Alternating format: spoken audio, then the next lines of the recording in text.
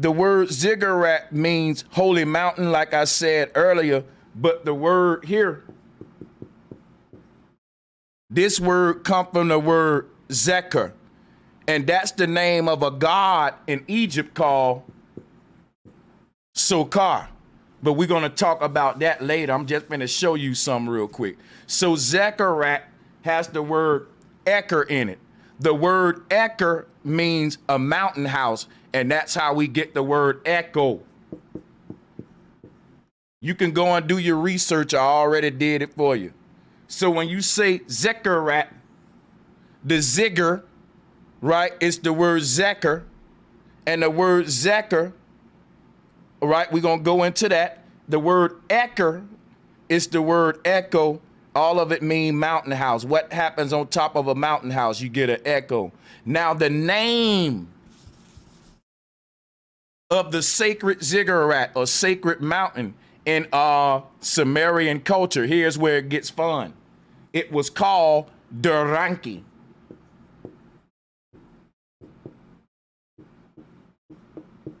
The sacred mountain in Sumerian culture was called Duranki. And don't you know this translates to a Meso-American word called Durango. Durango, Duranki. In Vegas, there's a street called Duranki or Durango. We're going to talk about that, right? So Duranki, I broke the word down. It's two words.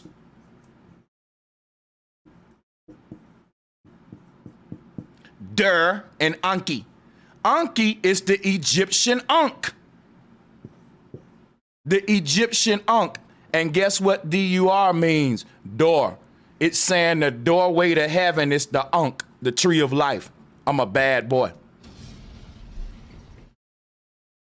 It's saying that the doorway to heaven is the Ankh, the tree of life, and I'm a bad boy. I'm a bad boy. And I'm finna go to etymology to show you I ain't making it up neither.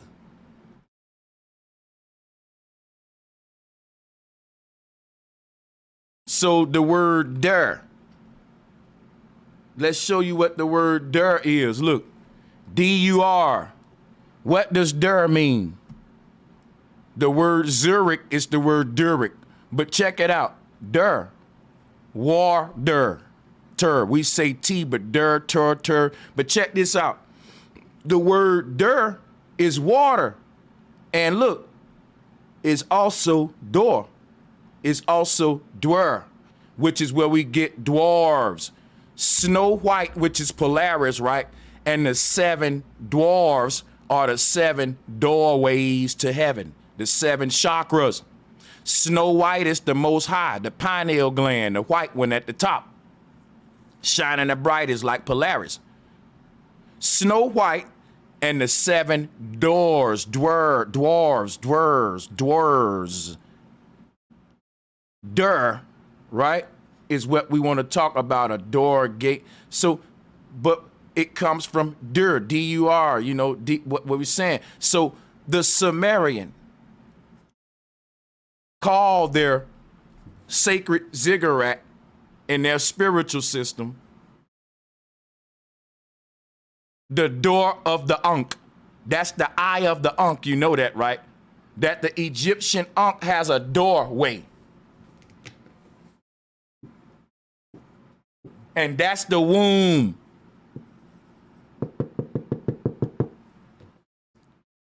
It's telling you the doorway is inside the Ankh. See, because our whole system, if you look at what the Ankh is, it's the same. It's showing you how to make the torus field. I always show you that. I don't want to be redundant. The Ankh is technology, creating the torus field. In the middle of that is a gateway. So the doorway through the eye of the Ankh, the all-seeing eye, the third eye, that's all that's saying daughter Anki. See how we do very meticulous research here. Now, let's go to the next portion. I want to talk about something called Samsara. And I want to go to the board because I want to show y'all what these words look like.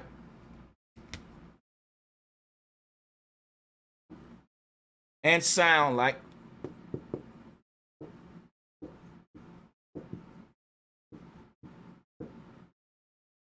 Samsara. Why we want to bring up Samsara? I'm going to show you how I relate to the Sumerians. So check this out, right? Like I told you, the word Sumeru is relating to the world, man, the cosmos. Just like when the Mesoamericans said that they was from Turtle Island, they was talking about they was from Meru. Turtle Island, let me show you what Turtle Island is. Skipping around, man. Watch this. Turtle Island goes back to this little island that looks like a turtle that I keep telling you about from the beginning. The base reality, where it all started, is compressed, the dense one. The smallest is the strongest. United, see? Check this out. Right here is when we say the word Samsara. Let's go back to that because I'm got two tabs open. Like I told you, the word Samsara, let's go to, because I want you to see this for yourself. In Wikipedia, real quick. Samsara, what does it mean? World. World.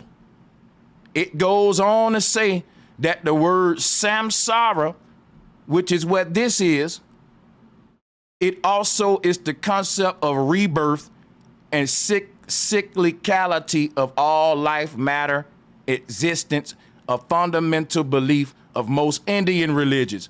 See what I'm saying? Popularly is the cycle of death and rebirth. Samsara, sometimes referred to with terms or phrases such as transmigration, reincarnation, karmic cycle, punarjanam, and cycle of aimless drifting, wandering, or mundane existence. Samsara.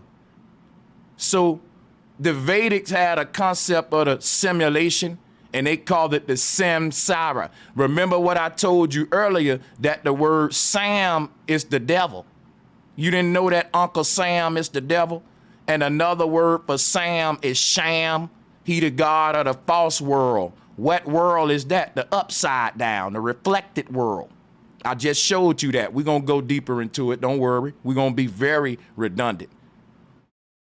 So when you put this all together, you get Sam's aura. And the sham that's telling you is that Shamora, a sham aura. Let's go to the whiteboard. Samsara is basically, watch this.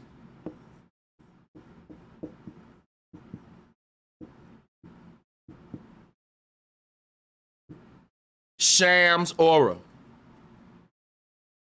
Each of these reflected versions of you in the underworld are shams or devils.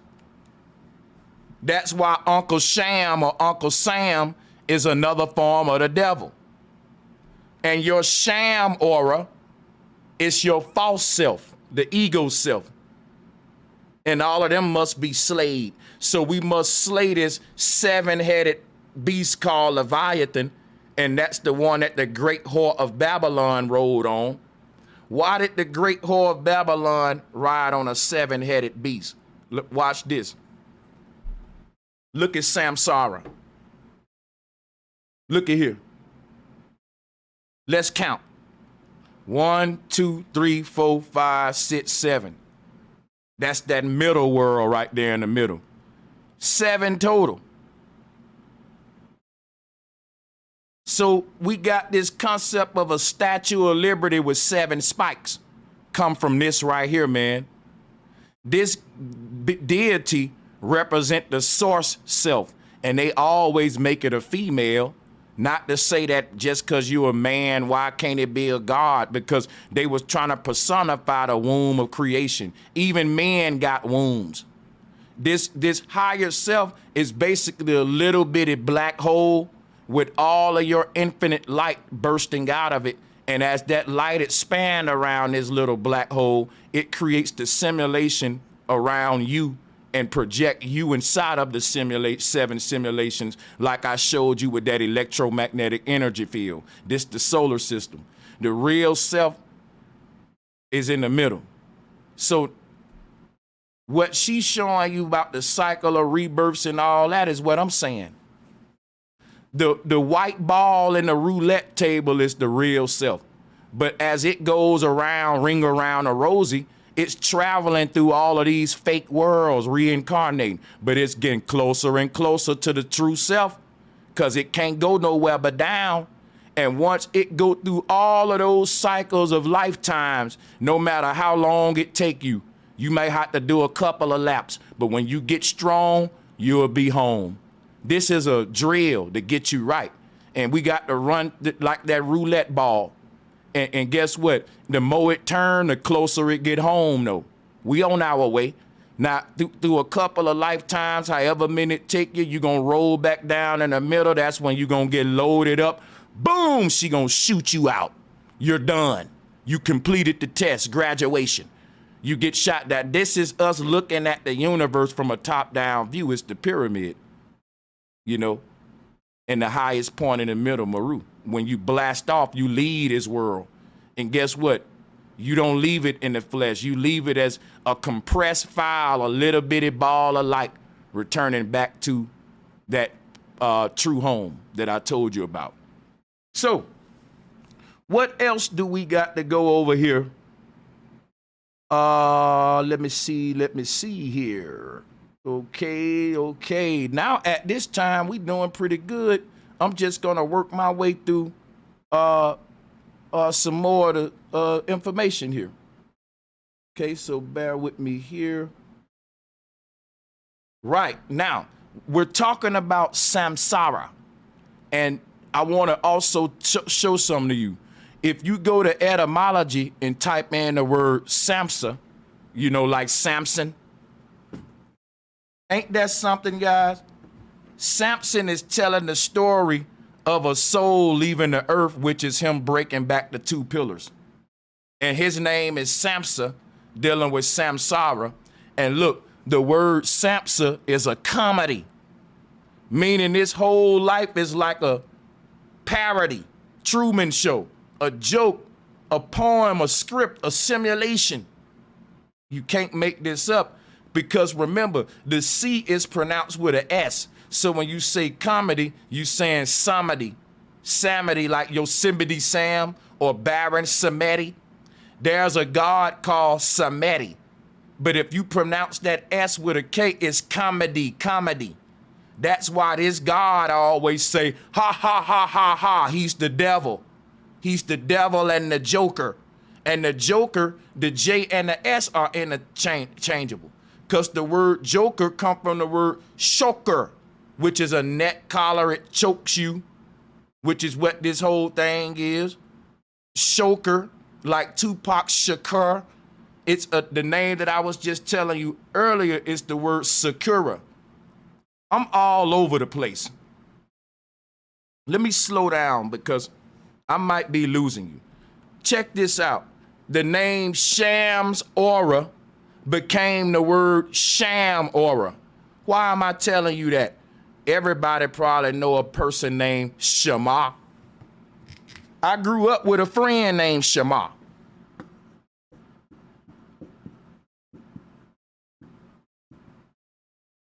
You ever saw that name before? Shema. The name Shema is a play on the word Sham Aura. Shamora. Shamora, for short, just become what? Shema. Now the word Shamora is the word Kimora, like Kimora Simmons, because the sh can be like chlamydia, can be schlemidia, depending on if you don't know when to do the k or the sh. So just to show you how we even get a lot of these names, right? So, comedy is Samedi, Yosemite, like I said, Samedi, and we getting real deep now with it. And the word comedy is the word komodos, which is like when you say Komodo dragon. Why? Because he can change colors.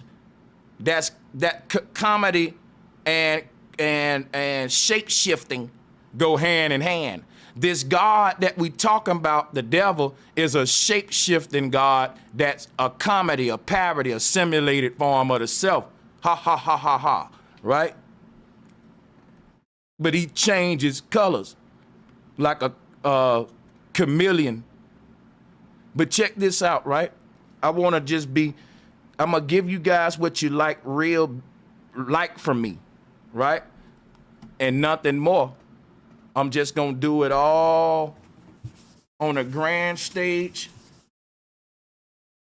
and do it even better than the last time, baby. Now let's do some phonetics and etymology. But let me make sure we're on track here. Let's talk about the word ziggurat. Now the word ziggurat, right? This we're gonna get real good too. The word ziggurat come from the word Saqqara. I already looked it up and did the homework for you.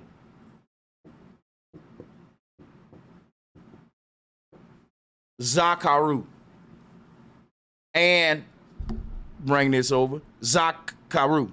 And there you get the word Karu, you get the word Cairo, which is a city, but we ain't gonna go there. That's the root word of Quran, right? When we say, man, he's a guru, he's a gurat, gurut. All of these words is dealing with our journey up the stairway to heaven, or the spirit. The earth is a big ziggurat, a step pyramid, and our journey up it through the incarnations is taking the steps. Now, there is something I want to show you before I go to this next word called Saqqara. Look.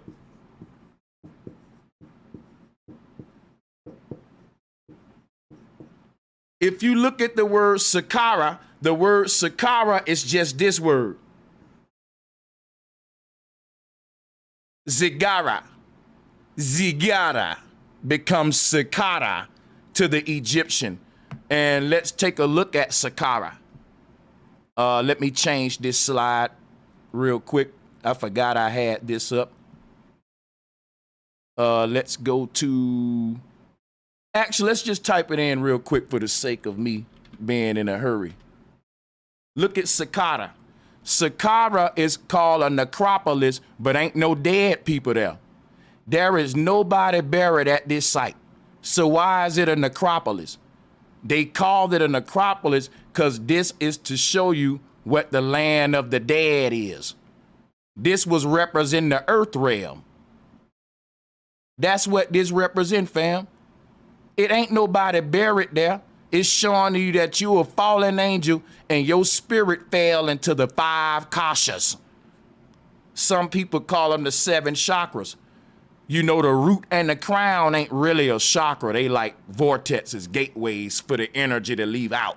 So some people don't count the root and the crown for chakras, so you get the 5 kashas.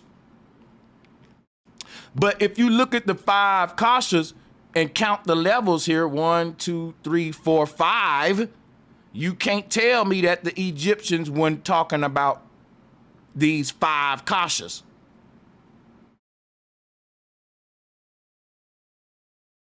All right, with the biggest levels at the bottom or whatever. But I know this is in rev. So the reason Saqqara, right, like sarcophagus, is a place for the dead, it ain't meaning that, listen, it's some people buried in there. This was telling you a spiritual story on what the earth is. That our body is our soul that's died. And you're a dead man walking in this realm. And you got to make it up out of here like this. That's why the pyramid ain't capped at the top. Because at the top of that, you can't see those gods because they exist outside of our 2020 dimension. They on the spiritual realm. But what I'm telling you is like the word Saqqara, which is the name of this, is no different than them. That's an Egyptian word for ziggara. Ziggara. which is ziggurat. Ziggurat. Ziggara, which is what you see at the top. Ziggurat is Saqqara to the Egyptians, but it is a spiritual system of knowing that we're in the realm of the dead. The book of the dead, not the book of the dead, I'm tripping, I'm all over the place. The realm of the dead is also like, our ancestors didn't have a concept of death. In their mind, our earth was our death. This was death to them, or hell. This life right here. And heaven was something greater than this that we rose up out of. And we really dead on a spiritual level. Your spirit is inside of a box in Asgard, and it ain't been open yet. And you can't nobody open that box in the heavens, which is your inheritance, but you. It's a gift for you. When you open that box, your higher self, which is opening up your mind, you're going to rapture up out of this thing, and you're going to reclaim your base reality in God's self. But can't nobody open that up but you. It's your gift. It's your box. And what's in it? Your energy. You got to unlock it. And you're doing it right now with your brother, which is why I want to drop a bomb. So check this out, right? We got to go forward with this. For your Egyptian people, remember that the word ziggurat comes from the word Saqqara, and the word Saqqara is the word Saqqara to the Egyptian, and that's why Saqqara resembles a ziggurat. People, I'm a syncretist, and it's my job to bring all of these cultures back to one, to show you that the world had a unified world order of advanced civilizations all on the same page. That's what I'm telling you. So now let's, cause I got a lot to go over. I'm finna take the word, I'm finna go and do some etymology now that's gonna have you like, ooh, that boy bad. Now let's break this down. Don't you know that the word Saqqara and the word ziggurat, before I go to breaking down the word Saqqara and Saqqara, let's talk about ziggurat. Watch this. You're gonna think I'm reaching. You're gonna think I'm reaching. Watch. I can't make this up. Don't you know that the word ziggurat and the word cigarette are connected for a reason? Brother Sanchez, you really reaching now. Dude, the God that I was just telling you about, his name Baron Samedi, instead of him holding a scepter, he was smoking a pipe, a cigarette. When they said he got the whole world in his hand, he's smoking on a world pack. He's smoking on all of our packs, like the rappers say. If you look at what a ziggurat is from another dimension and open your mind, you'll see, watch this, why it relates to ziggurat. Cylindrical shape, that's why. And it's a burning flame like the Olympic torch. What? At the top of a cigarette, the fucking cherry is on top, which is the star, the light. And it burns downward from the top down. Man, everything got a meaning, dude. Ziggurat. Cigarette. If you look at the cigarette when it's lit, it looked like a tower with this doggone lit part at the top. So that I'm doing this for a reason. I'm showing your mind how to approach research. This is very meticulous syncretism, and this is a form of research and approach that I tailored just for me. You won't get it nowhere else. I'm hoping that people who follow my work will continue this approach with collages and etymology and syncretism and all that. So I want to say, man, I appreciate you guys, and we got a couple of more hours of good information. It's only going to get deeper and deeper. So again, a cigarette is a tower, and it's lit at the top like the Babel Tower. That's why the Babel Tower don't have a capstone, because it's lit at the top like a volcano is lit at the top. Okay. So if you look at the Babel Tower, we're trying to pull up my slides for y'all. Hold on. So there, it's lit at the top like a cigarette. You see, and that's why this thing, it looked like a cigarette that's lit at the top. And when you take a pull from the cigarette, the flame get bright. And when you stop pulling it, it dim out. That's twinkle, twinkle star. Every time God take a hit and pull of this cigarette, Polaris twinkle. So they looked at this like a big ziggurat or cigarette, and the one that was smoking it was named Papa Legba, Baron Samedi, right? The Reaper. In fact, let me just show you something real quick. I ain't got to really do much talking with that. I can really show some stuff with that. When we talk about op packs and all that, yeah, that cigarette was, this god personified himself as a pipe. Dagon. Pan, he blew on the pipes. Pan, blow on the pipes. His number is 7. Why? That's the check mark. The word chakra, check is chakra. And when we say Ziggurat, is Shikarat, which is Saqqara. This is the god of the North Pole. This is an ancient Asian compass. And it will point you the way. It's guide. The word guide is the word God. Let me show you some. They got Jesus' head on a cross.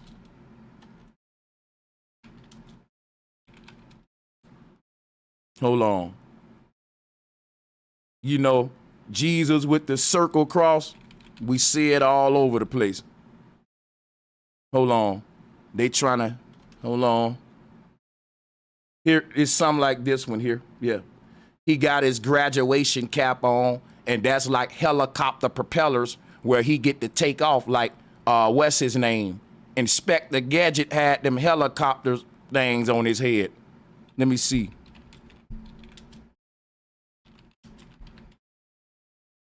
Inspector Gadget, this is talking about your spiritual body.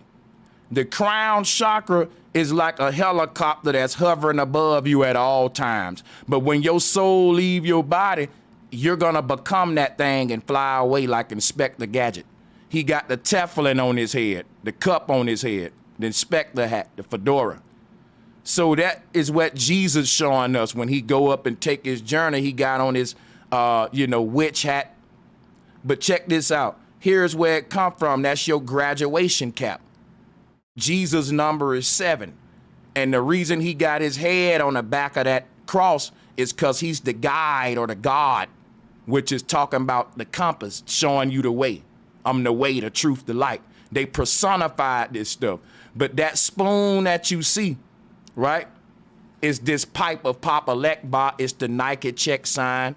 Remember that we was talking about all of this stuff is referring to rebirth, right? Well, check this out, fam. That's what the number 7 represent, completion.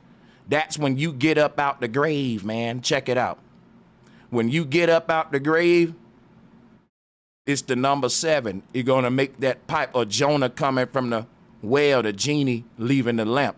Even in the Matrix, they got Neo wearing the big red boot. They give you a big old red Christmas stocking and they hang it around the chimney, because the chimney is the Babel Tower. And the stockings that you hanging around that chimney, right, is these little pods where we waiting to activate our higher self, the big red shoe propaganda. Mario inside of the shoe. So shoe is the name of this God that allow us to stump our enemies in these higher planes and travel this beanstalk. This represent the central nervous system. All of these ziggurats is talking about consciousness moving up the spine like a cigarette. If you could think of your consciousness starting at the base of the spine, the kundalini, and working its way up the spine to lead the body like this pyramid is showing, you will see like a cigarette fire burning on a cigarette and the ashes as it go up and blast off.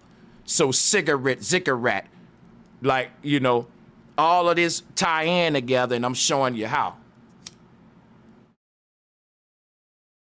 Now what we're gonna do is go to the whiteboard and do some more etymology to show you how the word ziggurat is in our everyday life. But hold on a minute. So right here, right? These ziggurats, each layer is shaking and vibrating. Let me show you a picture. Each layer is turning on its own speed, and they're vibrating. They are vibrating, and that they are. The word chakra is the word shaker. Each of these Van Allen belts, just like a car belt, when they turn it shakes. So when we say shaker, we're saying chakra. The word a shaker. And by the way, let me just show you something real quick that's gonna give you chills. Let's show you a music shaker in comparison to a human shaker. I told y'all I came with a grand presentation. Some of my best research right here. We're gonna ask the people what they think tomorrow. Watch this. Watch this. Look at the music shaker and look at those 7 concentric chakra bands. The word shaker is the word chakra, shaker. When we say Tupac Shakur, this name is talking about dynamic personalities that come to shake up the world. Shaker. See, it's all embedded into the simulation. Shakira. You know, there's a singer called Shakira. Her name is basically Saqqara. And the Chakras, they shake, man, they wiggle. Like they wiggle, they vibrate. And what did she do? She shook all the time. She made her career off of shaking.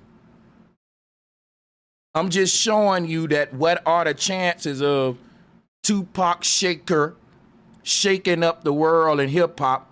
What are the chances of Shakira building her whole career off of just shaking? This is called quaking. The Quakers. And we're going to talk about it. Let me clear this off. We don't need that no more. Thank y'all. Let's take some of this stuff off because I'm finna go deep now. Let's go back to the whiteboard though. I went through. The name Saqqara is the word shack, like the dude who shook the rim and broke the doggone gold. Everything symbolic. See? 34, that's the number 7, shack. Big black man, big black cube. Saqqara, Shaquille, all of this stuff, Zach, Shaq. I'm just showing you how our names are just a little bit so we can get, like, for example, there's a word called, when you say Saqqara, this is what you're saying.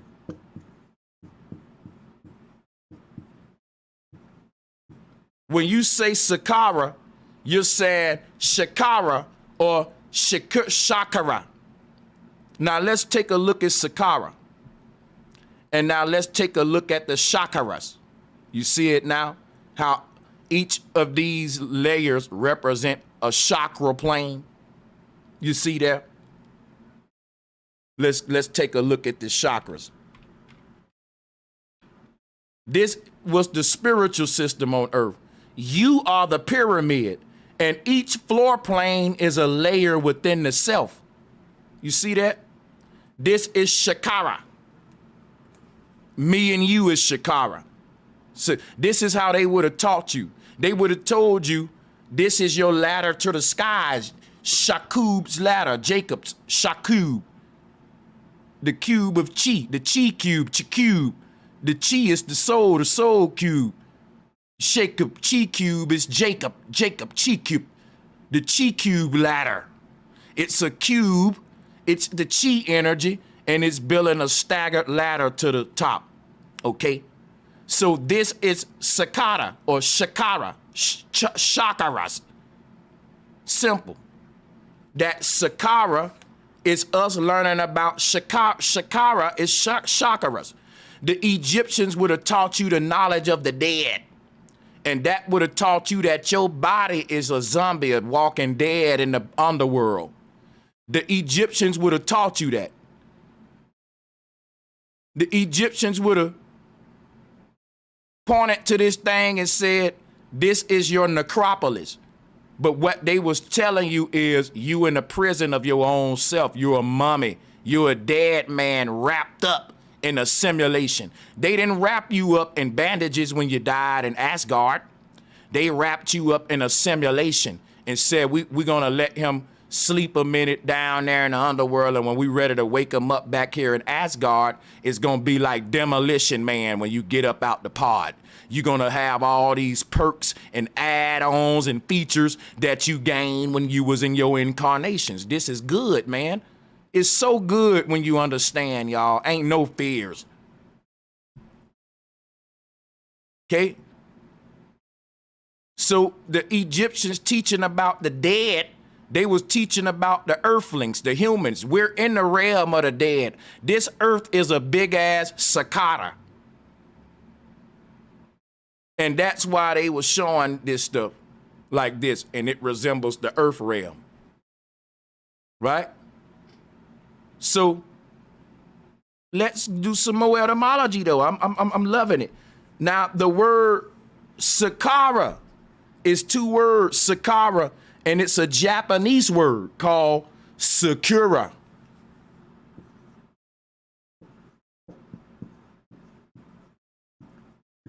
Now, Saqqara, each of these chakras are lokas or locks. They're like vault systems, vaults. And your energy is locked inside of these vaults. That means it is Saqqara. What does that mean?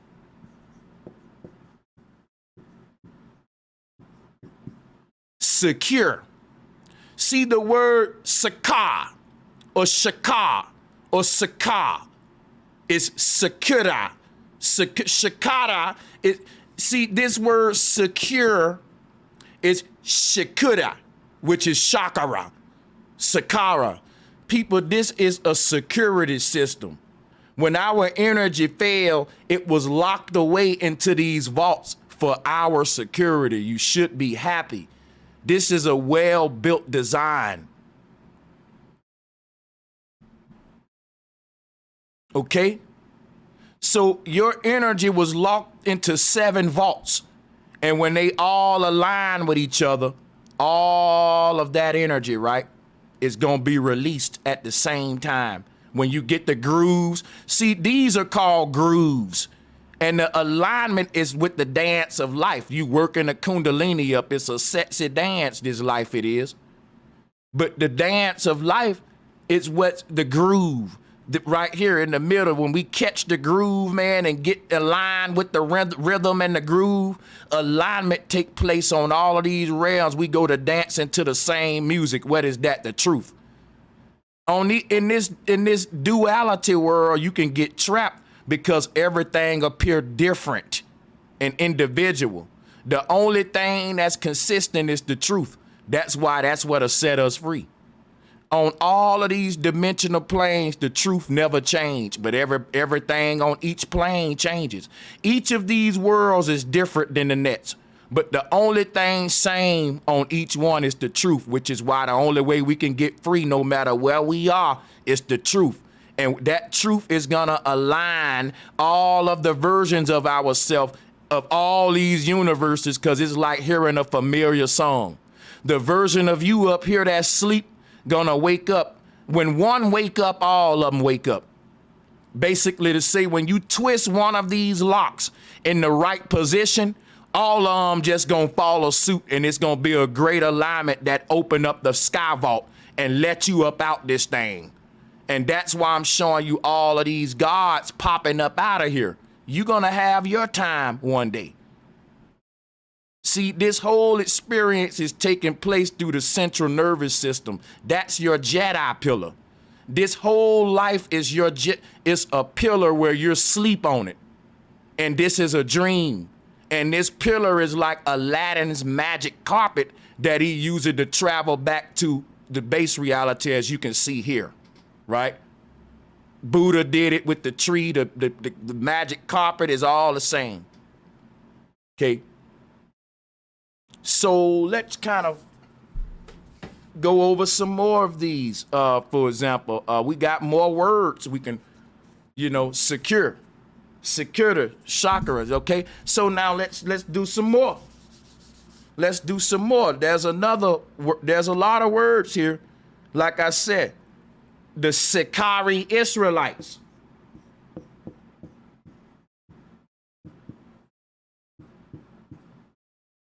There's a group of Israelites called Saqqara. That's Saqqara. If you go research the word Saqqara, guess what you're saying? What I've been teaching you. This is your false demon body or your sick aura. You're ill, and this simulation is going to heal you.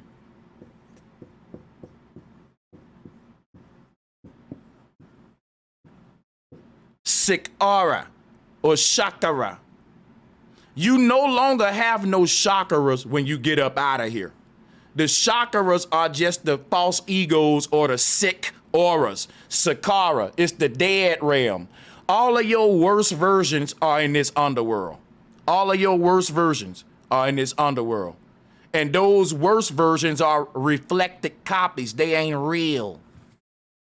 And those false versions are called sick auras, ill version, demon, damn man, them your damn mans. But then you got your light mans above that. But you got to start from the bottom, like Drake said, to earn your godhood and slay your demons. You got to rise above your demons, which is your false selves. Meaning you got to constantly recreate yourself to a higher, more humble and better version. That's the stairway to heaven right there, self-transformation. Then we just read that, self-transmigration and all that. So we here for healing because we're sick. When they say, man, this world is sick, they're not lying. It's full of sick auras or Saqqara, sick people. A big graveyard for sick people, the walking dead, the sick auras, and they call it Saqqara. And like I said, the word the Saqqara is just our earth realm. And I just read that with Samsara.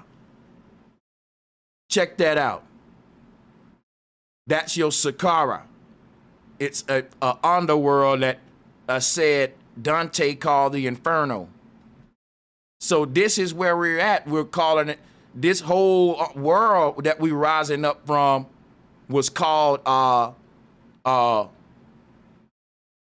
Saqqara, or basically saying you in shackles or chakras.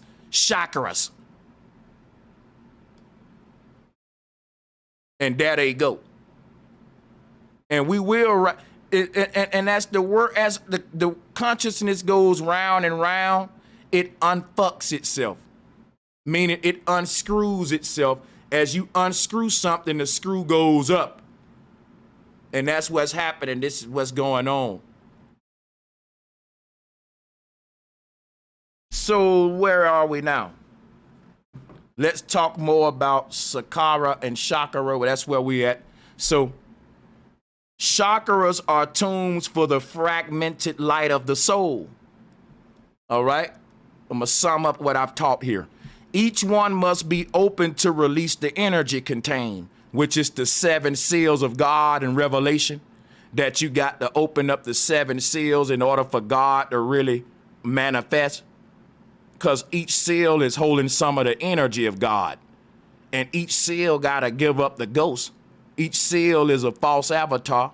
And the culmination of all that energy forms God above, resurrected out the simulation. So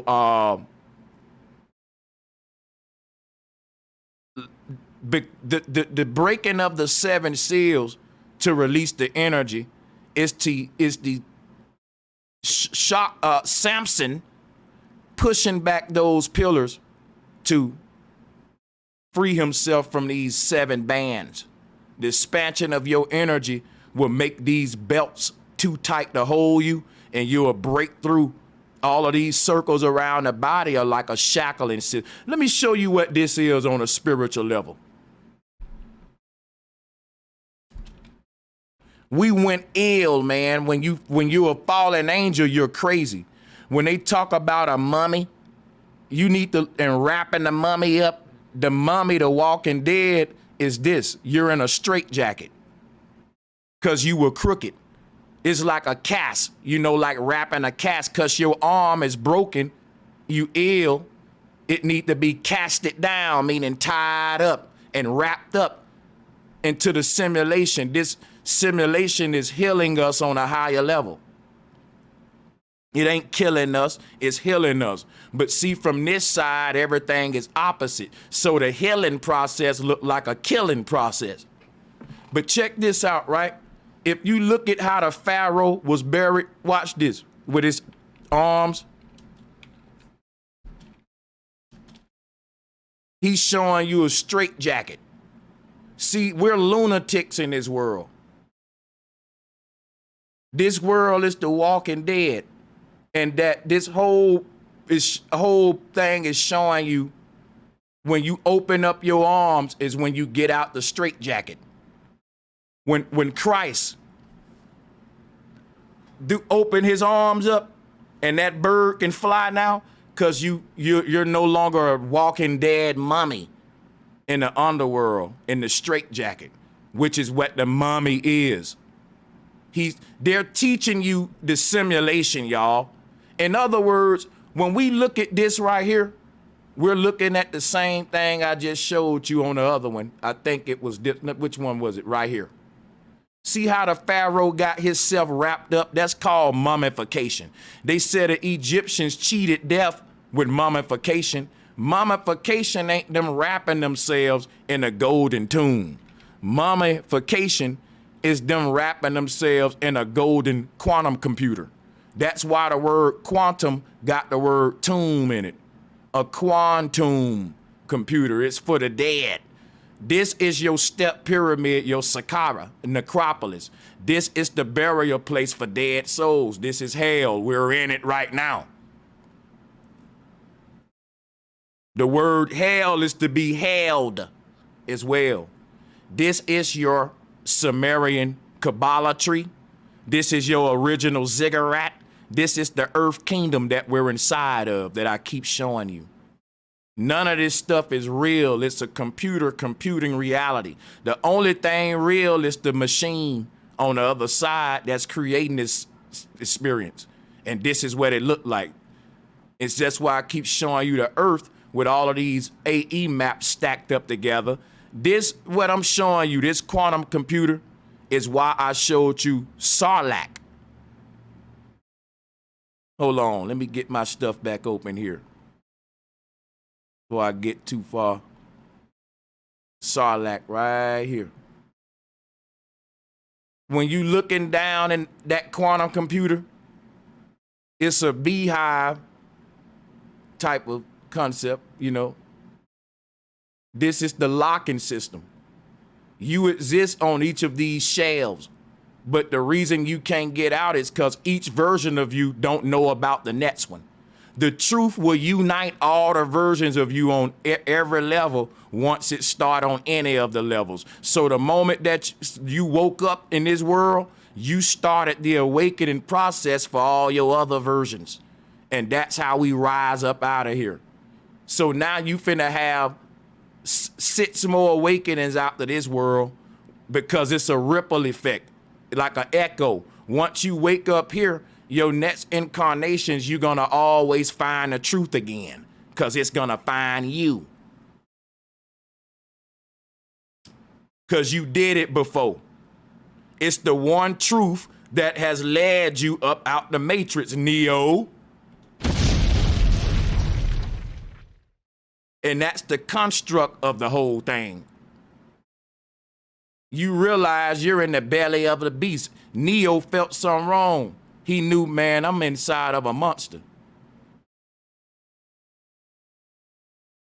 Let's move forward with this. So, as I told you, when you look at the word summary, it sounds a lot like cemetery, Samaritan. You playing with that R and T though. So our earth, right, is a big cemetery of fallen souls thinking that they're alive, but you really dead. Your real life was in Eden. And yet that's going to come back to you when we rise up out of here.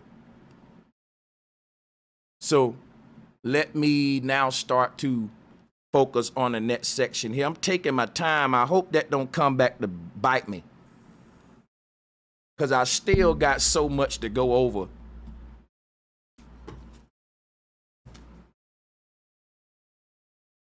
And if I have to keep going longer, I'm going to do every bit of this thing. And I'm going to get better and better with time. I'm going to condense it and shorten it and have it everything right. This is my first time doing a grand presentation. But anyway, let's talk about it.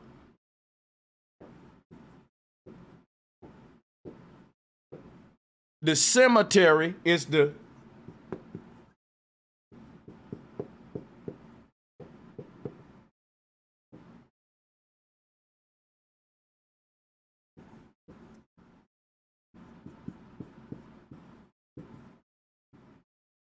it's a eatery.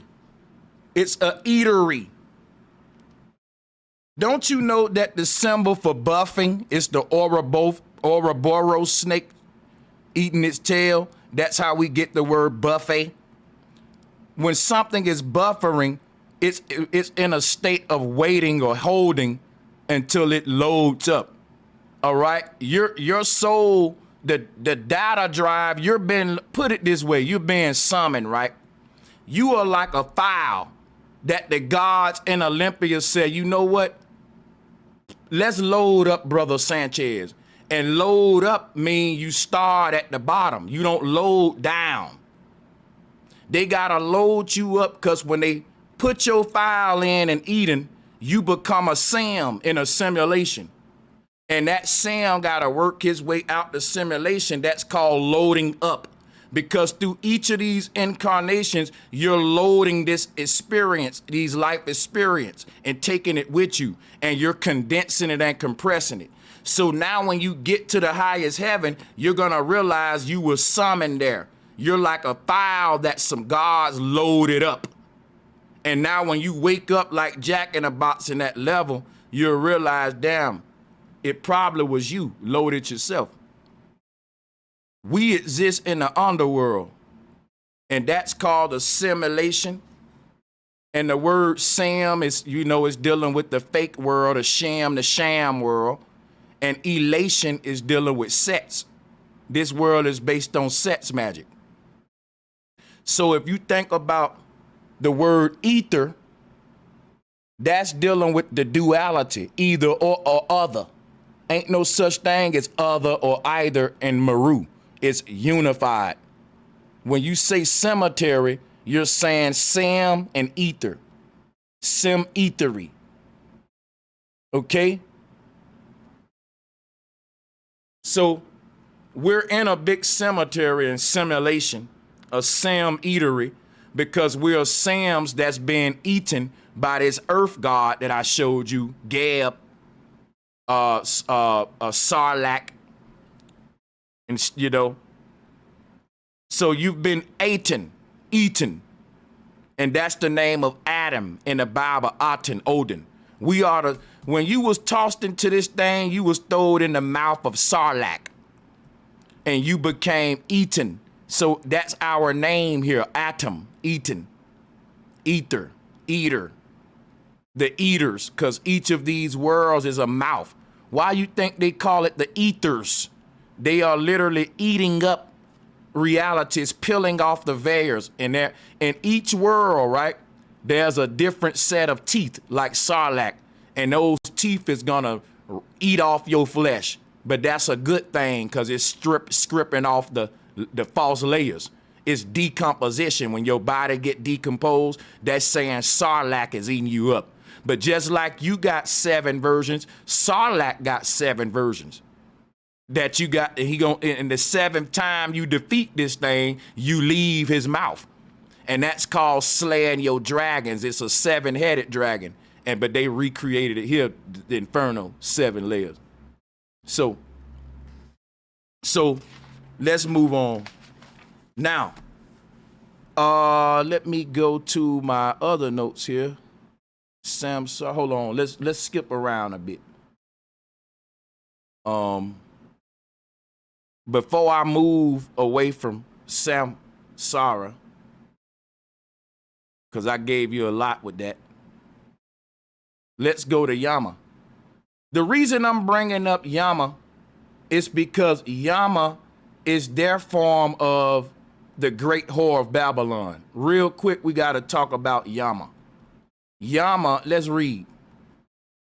In East Asian and Buddhist myth, Yama, right, also known as Yanwang, boom, boom, boom, the son of heaven, right? Let's just move on. And let's just say, what Yama is really a god of the dead, their form of Christ. There is also a goddess too, named Yama. If you take the Y off, it becomes what? Amma. Amma is the name of this Dogon goddess that's represent the divine feminine, the womb, this black hole within the self. You see her right here? That's the black hole. Where that's creating all of your avatars, which is why if you look at Yama, you can see all of her avatars around her, just like the avatars of Vishnu. You can look that up. Let's pull that up. Avatars of Vishnu.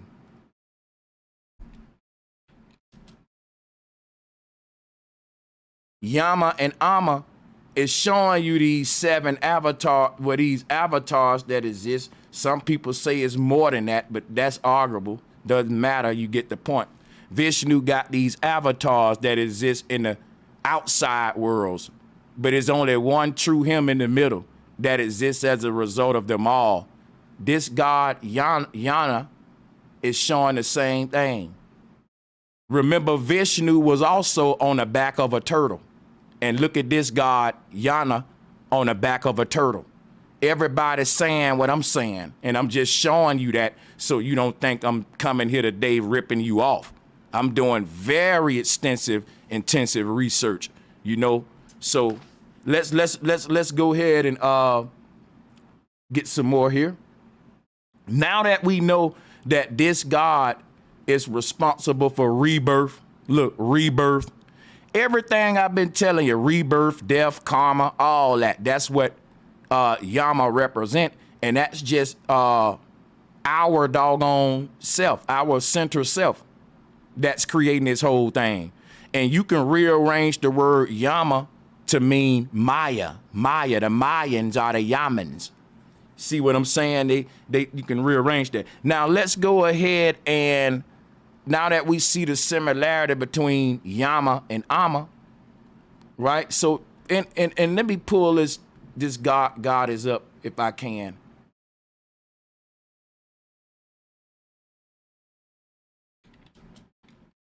See if there's any more, because what you got Yama riding on top of they got this as a god, but I like to say goddess because it, you know, they made the gods still all of the positions of the female. But this is the great whore of Babylon. Brother Sanchez, what are you talking about? Well, let me show you. Let me show you. Here is the great whore of Babylon. And that great whore represents the divine feminine. It's the womb that's inside of all of us. That the part of us that's giving birth to the simulation, that most high self that's mounted up, the highest self, the star at the top of the tree. That's the whore of Babylon. Why? Because when we get up there, we're going to realize that what our high self is a shared, collective, unified hive mind of the Almighty God. In this sort of realm where we're one, like we say, we are one. Divided we fall, united we stand as one big ball of energy that we're agreeing as a federation, a spiritual federation, to submit all of our energy into this one little central point to make heaven for ourselves. So that's why it's called summit and submit. All the beings there are using their light together to create the best experience of what they call the summum bonum. And you can't partake in it until you go through the submission process, and that's what we're doing now. So check this out. The submissions are the avatar lifetimes. When we say submission, sub is your false self, your substitute, and the mission of it. Each lifetime is a submission, an avatar that had a will to carry out and manifest. And you got 7 submissions or 7 incarnations to perform that will to get on back to the self. 7 submissions, or 7 times where you give up the ghost, you submit the spirit, right? So this is very interesting stuff. So, but what I want to say is, this great whore is another form of the Virgin Mary. She gave birth to the beast, which is Christ, which is the Satan. The Christ consciousness is the light of the crease expanding like a crack in the dough. And that crease is letting the light out, and the light is coming out, triangulating into multiple rays.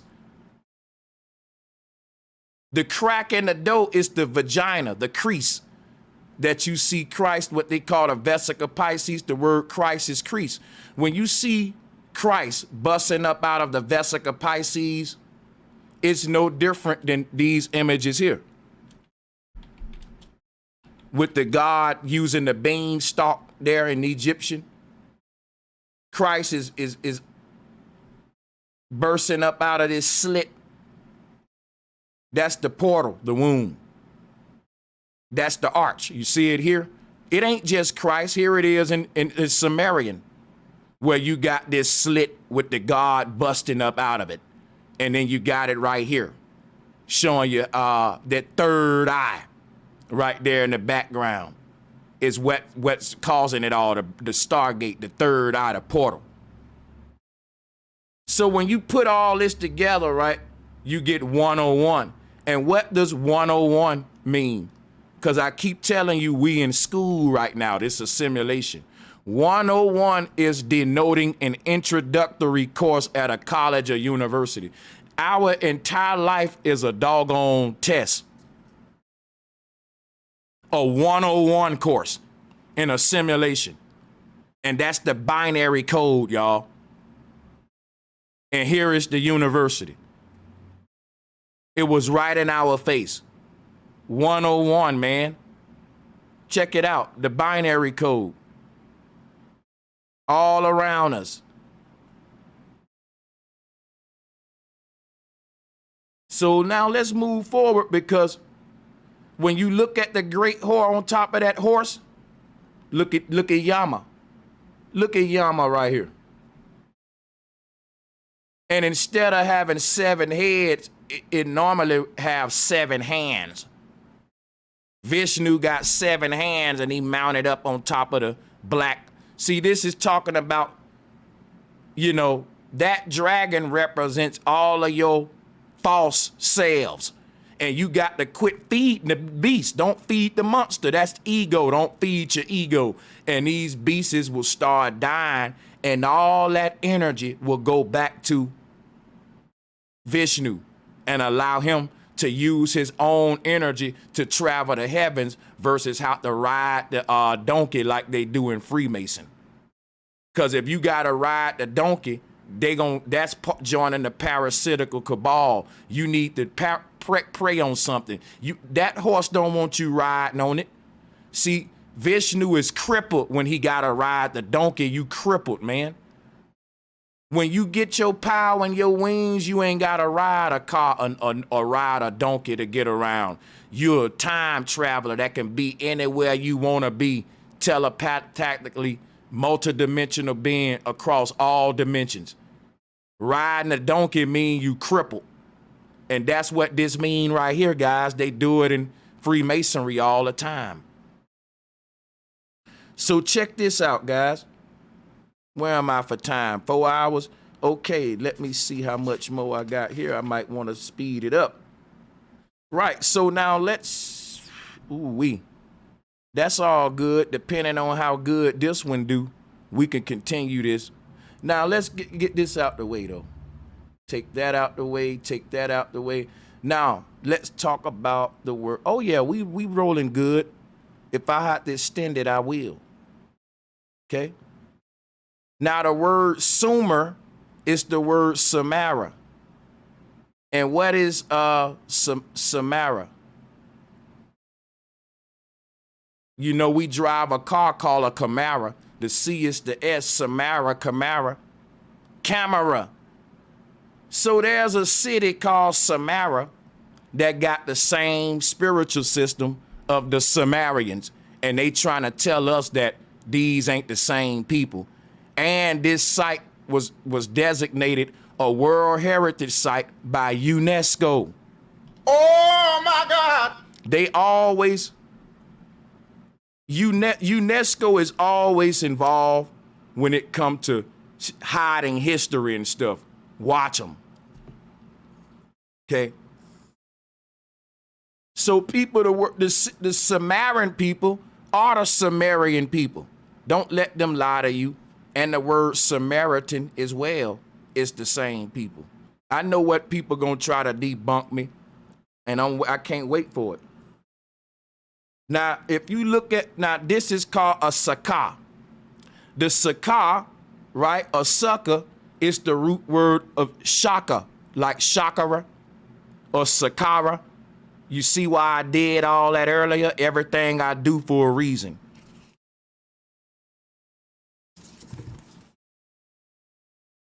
Let's go back to the word Saqqara and Chakra. Now we moving.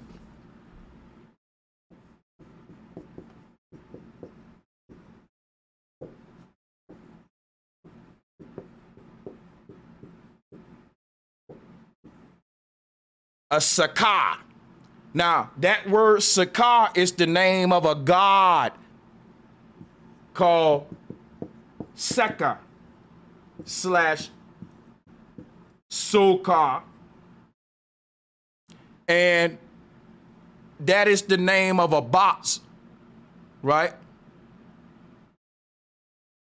That is called a Saqqara. When we say Saqqara or Chakra, you're talking about the cube that is shacking the aura. It's a shack. You see, it's a little box shack. That's what you call a shack. Like Shaquille O'Neal. That's why I told you that earlier. Shack the aura. You build a house for energy.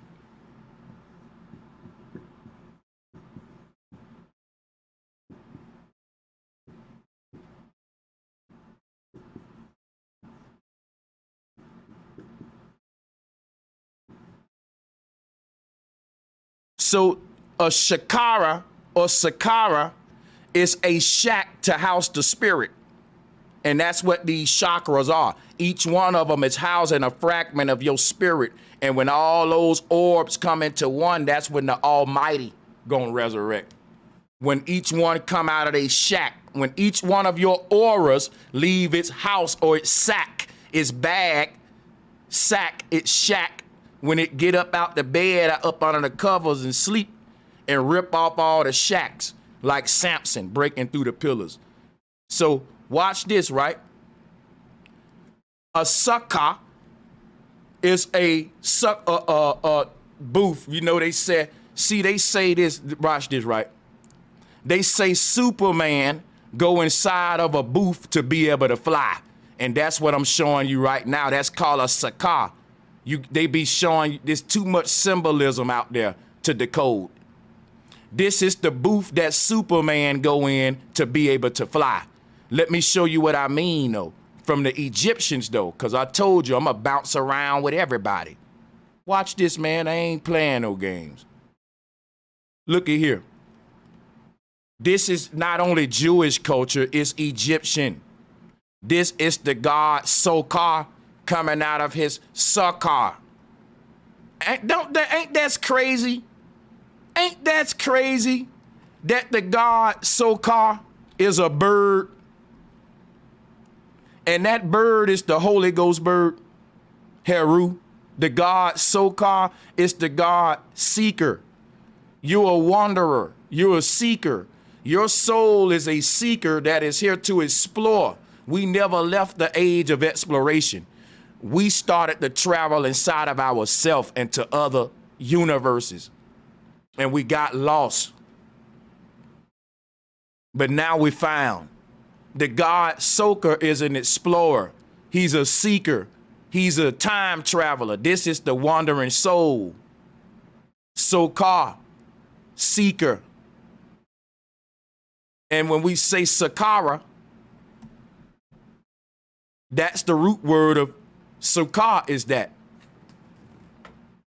So you can't say Chakra without saying Saqqara. Tupac Shakur, right? He was a god that ascended, a seeker, a Saqqara, a Shaqqara, Shakura. Which is, so if you look at this is the god Shakar or Saqqara leaving his Saqqara. The cube. This is you getting beamed up out of the cube.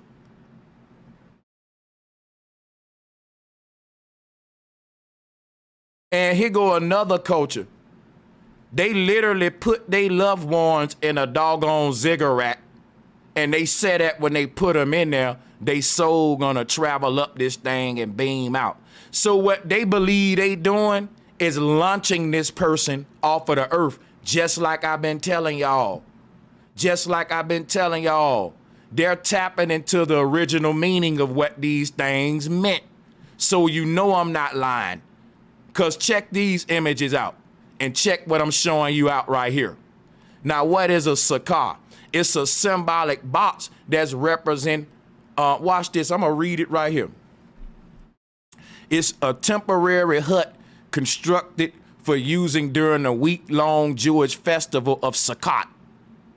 And that's a holiday, right, about Jesus. You'll see it is topped with branches and often well decorated. Boom, boom, boom. Watch this, go to part. The book of Saqqara describes it as a symbolic wilderness shelter, commemorating the time God provided for the Israelites in the wilderness they inhabited after they were freed from Egypt. See, the Israelites leaving Egypt is like Adam and Eve leaving Eden.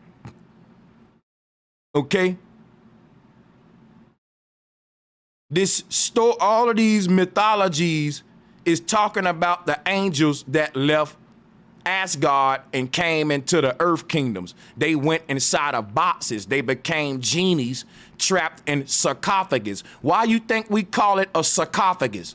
Saqqara. They said that if you fall, you're a fool. Fall. Fold. You can't make a box without the fold or the fall. And you start off as a fool before you become a god, which is what the devil originally was, a fool, a joker, trickster. Fa la la la la la la is fall, fa la la la la, fool, folly. Into fall, the dumber you get, the more you fall. So they say if you're a fool, guess what? You're a sucker. Guess what they call a sucker? A square. See, all of this language we use has a spiritual backdrop. I keep telling y'all, everything we do on the physical, it is from the spiritual, man. When somebody say, nigga, you a sucker, they never say you're a sucker and put the ER on it. because it's a spiritual meaning behind the way we say words.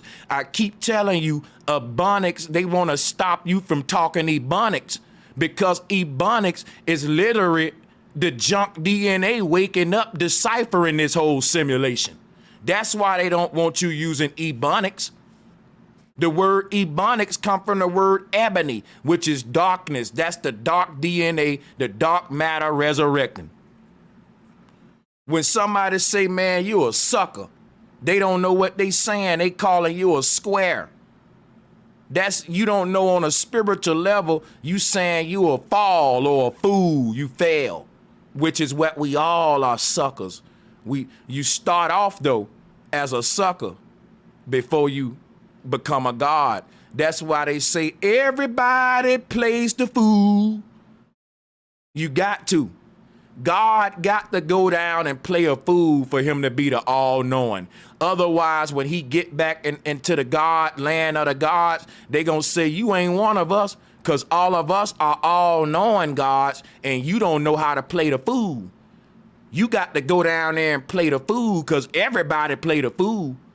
So they can go, that's the other half of God, where God got to actually go play like he don't know nothing in the simulation. He got to go play like he don't know he God, right? Like a sucker. And he a square, literally, right? He a fool or a fall, a fold in time, a wrinkle, you see? But that's part of its initiation process.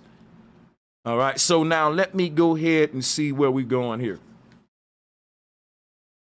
So the word sucker is the word shucker and a chucker, right? Let me show you what a chucker is, because now we just doing etymology. A chucker divides a game of polo. They're dividers, and is 9 chuckers. How many chuckers is it in polo? 6 chuckers. Okay. So why am I saying? Because a chucker is a chakra. What are chakras? They are barriers that make division points in time. Chakras are dividing time into 7 dimensions. You see there? Just like a shaka divides a game of polo. So that's why I wanted to show you that. Because a chukka is a divider, like these netters divide each of the rams. The shuckers divide each of the game in polo. And the word chukka, they turned to the chucky doll. How the soul goes into a chucky doll. The name chukka, because the CH to some people is chukka. And that becomes that god I told you about, you know, Joker. Joker, shucker. Listen to your tongue when you talk. Shucker, Joker is a god named Saqqara. Saqqara. It's the Joker. All of these are just the earth god represent our journey in the flesh, brothers and sisters. We joking around, but we really God.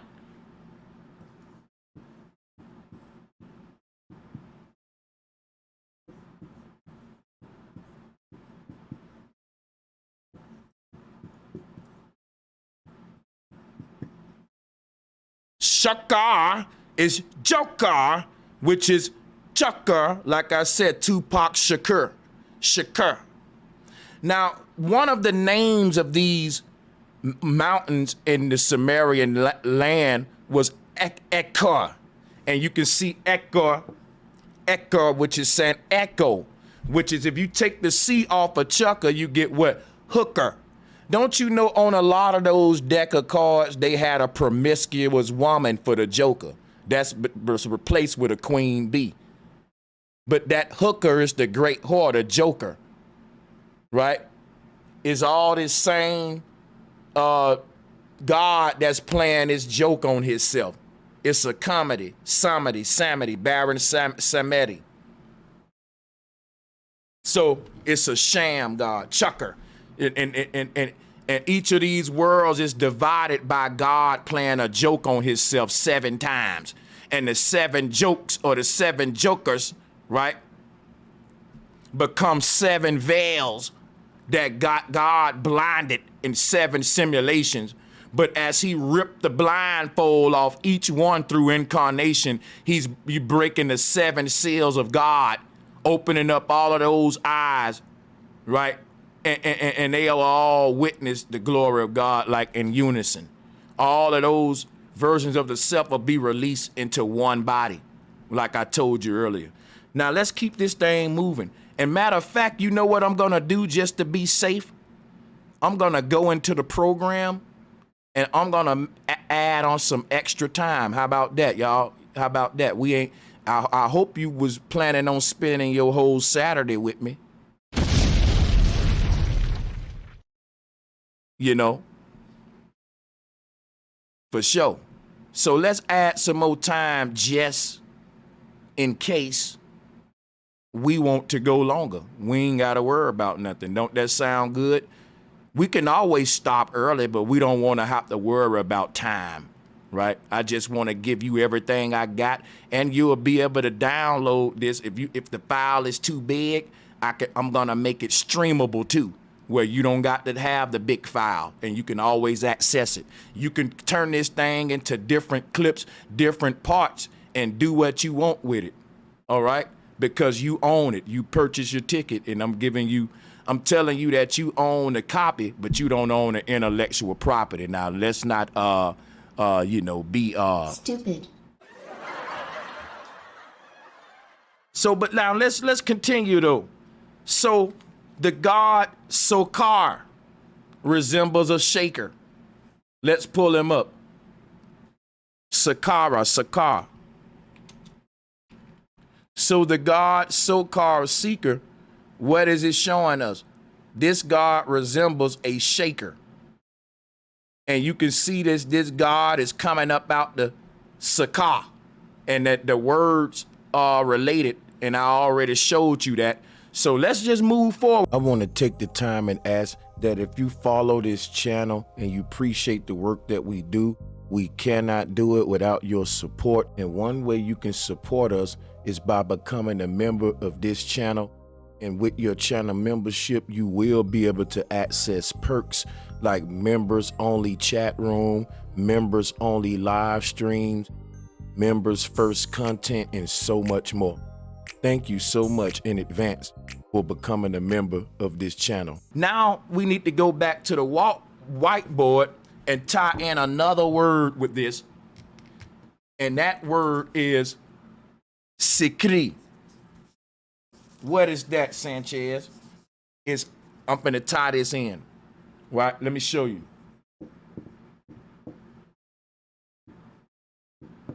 A skiri is why we say scream.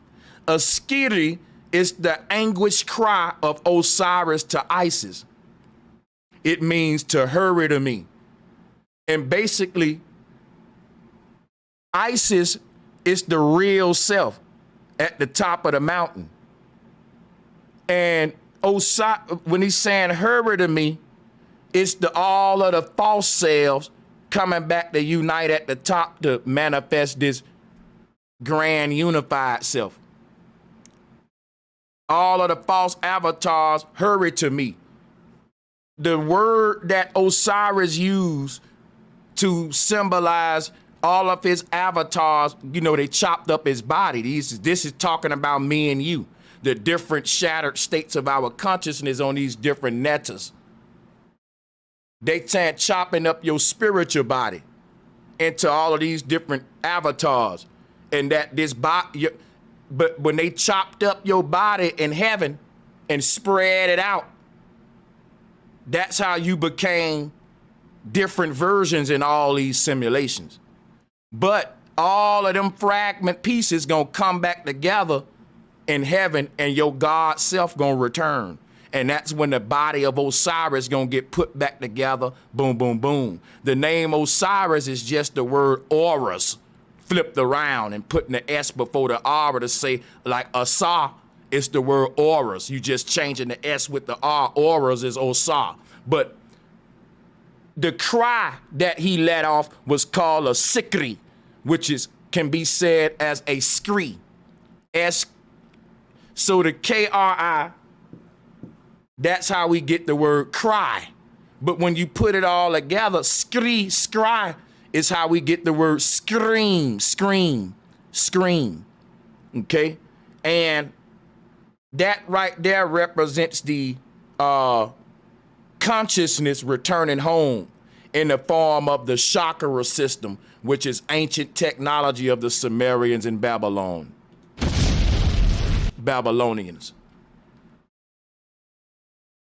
So when we say shikari is saying Saqqara, Chakra, shikari, scry. Your chakras are vibrational barriers. Those are the screams of your soul. But ain't number one person screaming at Meru. And he screamed one time. See, listen, you are a baby that was born on a higher plane. And when the baby come out, it cries, ah. And up at that higher level, you create an echo. You become the echo. That's the false self. It's an ecosystem that we live in.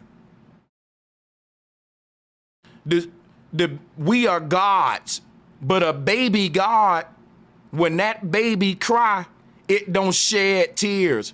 It sheds spirits. It sheds 7 of them in 7 simulations.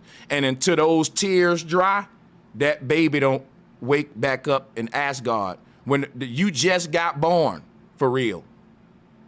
Only a few minutes passed in Asgard, but that's turned out into 7 lifetimes here. The higher up we rise off the ground, the slower time moves. So the highest point in the universe, you still a baby in the God realm, but all of the babies they ain't, just cause you born into the realm world don't mean your mind is in the world yet. So babies got to still grow their mind into our realm. They coming from the other side. You still on the other side waiting as a baby to travel through this Passover realm to your consciousness to land in your baby body in Meru. You literally a baby body in a fetal bag or a box. And you won't bust out your bag like Neo until you wake up out your dream as a sleeping baby in this world. It's all tied together. And when that happened, this is what it'll look like. The god Saqqara coming out of his sarcophagus. So let me skip around a minute. Give me a minute here, guys, to take a break and to refresh my slides. I'm going to keep giving you the best. Don't you worry.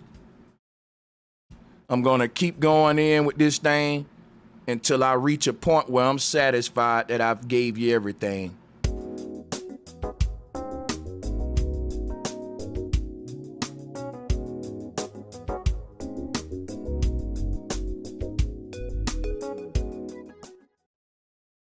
All right, so this is the next portion of my slide, is dealing with the word necropolis.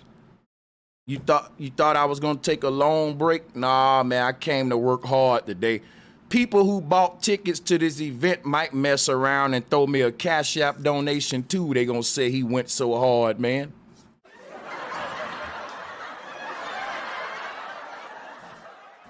So, but check this out now. Because I told you about we in a necropolis, but I didn't break down the etymology of necropolis, which is a part of my presentation. Now, let me show you the original meaning of the clown collar. Because I already did a lecture on the word clown is the word clone. And the clown collar, right, is your clone collar, which is a chain around your neck shackling you to this simulation. Show you something real quick. Here go your clown collar. If you look at this thing, it's like a turtleneck around your neck. Look at it. See there? Let me zoom in. It's a clown collar because it's wrapping around at the neck point. You know why we have so much stress in our shoulder area right here? Because that's where the energy flowing in at. We collect stress in our shoulder area, which is why we should get a lot of massages. And why is that though? Look at where the energy flowing in. The energy is flowing in right there at the collar, where your stress build up at. So, so this is the clown collar. And if you look at a clown collar, it'll have this familiar pattern of the torus field. You see it? Or like the AE map with all of the light rays coming out from the middle. But what is at the middle of all those light rays? You are, which is why I'm showing you this Olmec head. All of those magnetic ley lines take you to the North Pole where there's another version of yourself waiting to emerge, which is why the clown head, right, when that version of you get back, this collar represent the lines leading you to the north. And this clown face is really like a skull face. They paint it white to show that you dead. This clown became scary because it really is this right here. Like, clowns is giving you this very scary smile because this is the smile of death, as they call it. Meaning your skull gonna look like it's smiling. And the combination of death plus a smile gives you this kind of weird creature called a clown that's embodying, you know, sort of horror and death, but also funny and joking like the Joker, ha ha ha, the devil. He playing with you, but it really ain't no playing matter. It's like this some deep stuff, but it ain't no deep stuff because when you wake up, it's a joke in Asgard. So it's a paradox. It's serious, but it ain't serious. It's a joke, but it ain't a joke. It's a life, but it ain't life. It's death, but it ain't death. It's like both of them, right? And that's what the whole clone is. But here you go right here. You see the nose of the Joker is a clown nose. So the Joker is the clown, like I told you. And the word Joker is Saqqara, which is the god Saqqara, who's painted in white face, like Jack in the Box. The Jack in the Box food company, they got the white face dude with the big red nose. That's the Joker. That's the Jacker. Jacker is Joker. Jack Joker, right? Jack the Ripper, Frosty the Snowman, Jack, you know, but and all this is deities represent this same shit. So check this out. Let's pull up Saqqara one more time. Look at his white face. Clown face. You see? The white face, it's all dealing with the knowledge of the dead of Necropolis. So now let's slow down. Let me take some of these off of here and we're gonna really go in. Okay, get this scary clown out the way. Now let's talk about the clown collar, because here is your clown collar while the clown wear the collar. This is what clones you. This is the prison cell that cloning us at the collar, clown collar. Now, another word for crown collar is neck rope. And they say that they call it a noose, which is the word Norse, nurse. A neck rope is a clown collar. It's a shackle.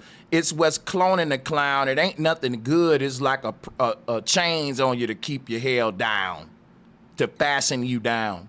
And we told you that the Hindu call these worlds lokas, lokas. These are locks tied around your neck at the collar. And this puts you in necropolis. So the word necropolis, dealing with your clown collar, The clown collar is what makes you a dead man walking, your clone. That is the aura. That's this aura here. So when you say necropolis, again, you're saying neck rope.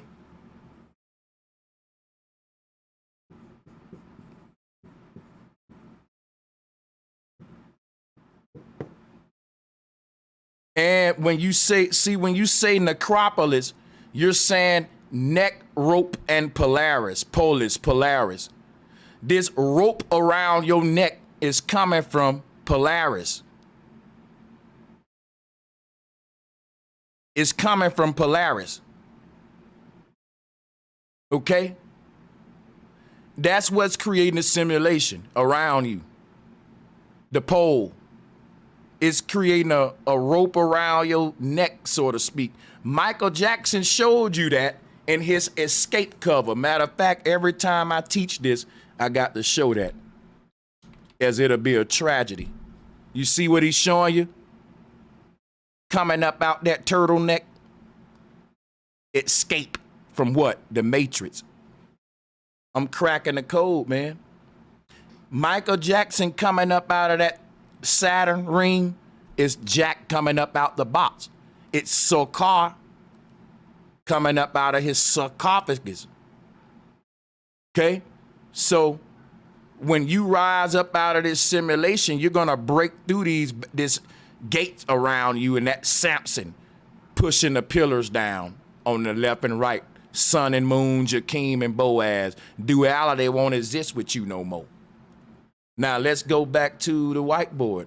Necropolis is, this whole world is necropolis, but it's literally a neck rope. It's literally a rope that's around the neck of your soul. And from that point, it's launching an entire world around you. And until you rise your head. So here go your clown collar at the throat. You see the throat? That's this world. This is a world that's governed by the word. In the beginning was the word. So let's say we've been born like 6 times, and now we in the throat universe, the universe that's governed by talking, music, sound. The next universe gonna be this heavenly universe, and that's when we gonna start leaving the body when we get all up here. That's why they want to stop us. But check it out. This throat chakra, right? Because that's the clown collar. Everything is like you speaking into existence in this realm. And the throat chakra is blue, just like this world. So I'm just reaching. Maybe this is where humanity have ascended to, and we on our way out of our cosmic body to wake up. This body that you see, it's at the North Pole wrapped up in a straitjacket. And it's got to wiggle its way out of that straitjacket. And it looked like you doing the Kundalini dance. Like a serpent, wiggling your way out. And once you wiggle that head out, you're going to look like Michael Jackson. What was Michael Jackson showing us on that cover? He called it escape. He telling you to take your straitjacket off. You're a mummy that's wrapped up at the North Pole. You got to open your mind to open up these latches, these Van Allen belts, and line up these grooves on a combination lock to unlock yourself from this Babylon. That's why I showed you that combination lock. We're in a locking. As long as your heart stay and your mind stay locked and not open, you actually shutting your soul up and locking your soul into this simulation. You choosing to do it by not opening your mind. So glad I'm open-minded, because we're going to take the neck rope off. And when you say neck rope, when we take the neck rope off, look, man, can't nothing else hold us for real. Because the shackles start from the feet and they work their way up to the neck. The last one to take off is the blindfolds off of the eyes after you move from the neck chakra. Yeah, look. Once you pull the seal on the throat chakra, the next step is the third eye vortex. And when you take that off, your spirit body gonna see a new world on the other side. This the blindfold. This third eye giving you the two eyes you got is a blindfold to help you see this world in front of you, which is a veil. It ain't the real thing. Once we rise out of this vortex and break the seal on the throat, we're going to now break this third eye seal. And that's when this whole world around us going to fall down like Samson. And the word Samson is dealing with the Meru concept of being born, coming up from those waters back to our holy spot at the crown. Above, this area here is above the body, because it's when we literally get fully out of all our avatars, and now you are light that is not contained anymore. All right? So, but let me keep going, man. And I just want to expedite this. I know you guys didn't want me to be this long, but I know you rather it be too long and too short now for your money. Right? Okay. We got to talk about the Shramronim. Shramronim. The word Sumerian is also spelled Samronim.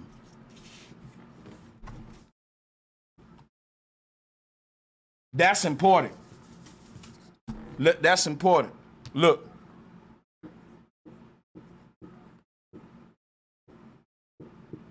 Now remember that the word Sumeru is the word samurai. Now check this out, right? Watch this. Let's look up what a samurai is in Japanese. Hold on.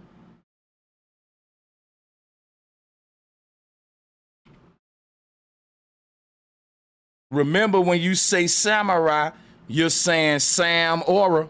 Look at them. These samurais are personifying our soul.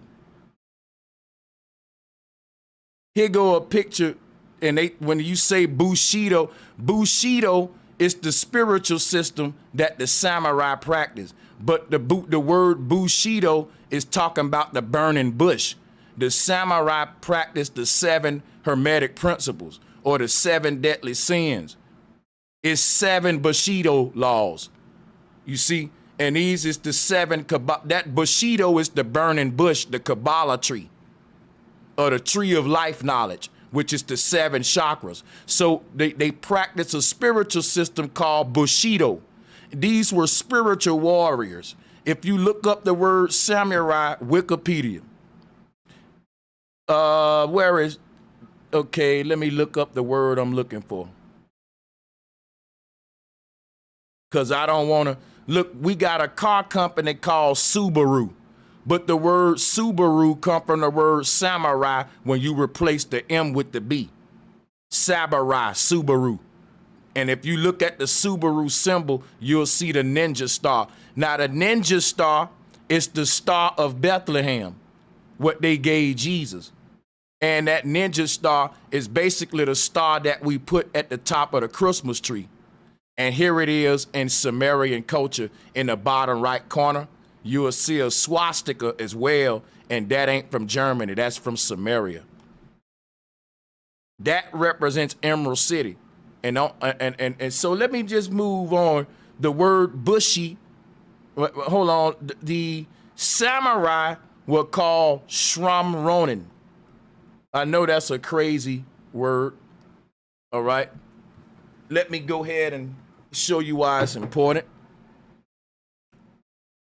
Show you why that is important here in just a minute. Right? If you look up Ronin, right? Ronin means drifter or wanderer. So again, these Ronin is enough, because they call the word samurai became a word for some reason. It come from the word Samronin, and I'm like, damn, why does the word samurai come from that? But that's just the original word. And the word Ronin, if you simply just put it by itself, it means a wanderer. A samurai was a Ronin, right? A Ronin was a type of samurai who had no lord or no master. And that's what your soul is. It's a universal wanderer, and it ain't got no lord or master but you. So we are the original samurais, and it was talking about spiritual beings, which is why they wore what? All black. The samurai wore all black, and they dressed like this guy, George Washington. I can't make this up, y'all. I can't make it up that George Washington and Gothic culture with the all black, like what you see with Michael Jackson here, they dress like that because look at this image. The real self is a black hole, or what they call a Ronin. And from that, you project the fake self, the light from the black hole. This Ronin samurai wore all black, just like the ninja. And the ninja had a star. The samurai got a star. George Washington got the ninja star up there, which is Aten, the swastika, and with the all black. The all wearing of the all black is because we're dead. We're dressed for death. That's why Gothic people remind themselves that this world is hell, and they dress up every day like they a corpse because the ancestors said we're the walking dead. These folks wore black all the time just to be symbolic. And the ninja did too, the samurai did, and to what? Be able to hide from the enemy. So I thought that was good because they call these samurais Shram Ronin, S-H-R-O-M. And that's why we say mushroom, shroom. You got the word shroom and you got the word Ronin, which is a samurai. So that's like saying a spirit that's wandering the universe off of a mushroom. He's a wandering warrior without a god, and he's on a cosmic mushroom trip. Shroom Ronin. Like, that's what the etymology is showing me. I know it's crazy. But let me keep on moving on. And so now that I'm getting to a good point now where I'm feeling comfortable. But let me definitely go back to my slides here and show you something. Now I got to tell a story to you. Go to the notes. I'm going to leave this up here. We're going to talk about the beanstalk. Watch this. Watch this. So I'm going to summarize everything I've been saying here, right? This world that we in, when they said baptism is about being born again, check it out. Every time they pull you up from one of these water surfaces, you're being born again into another simulation. The concept of putting somebody down in the water and lifting them back up to say that they're born again is a spiritual concept that tells the journey of our whole 7 incarnations. We are spirits that fell from this top place in the universe called Mount Meru up here. We didn't really fall. We had overseers that dunked us down into the water. Like the person that baptized you in the church, okay? These are our high priests. What happened was when you were conceived up here, in order for you to exist up here, just like when a baby is born, right? They got to wash the blood off of the baby. When a baby come out of the vagina, they got to clean all the matter off and stuff, and urine and blood and sometimes fecal matter, my bad, but yeah, they got to clean him off. And they got to basically just say you are a baby that was born up here. And when you were born, they dumped you down into the water, not to abandon you, but to as a washing process. They got to cleanse you of your sins because you came out covered in muck like all babies do.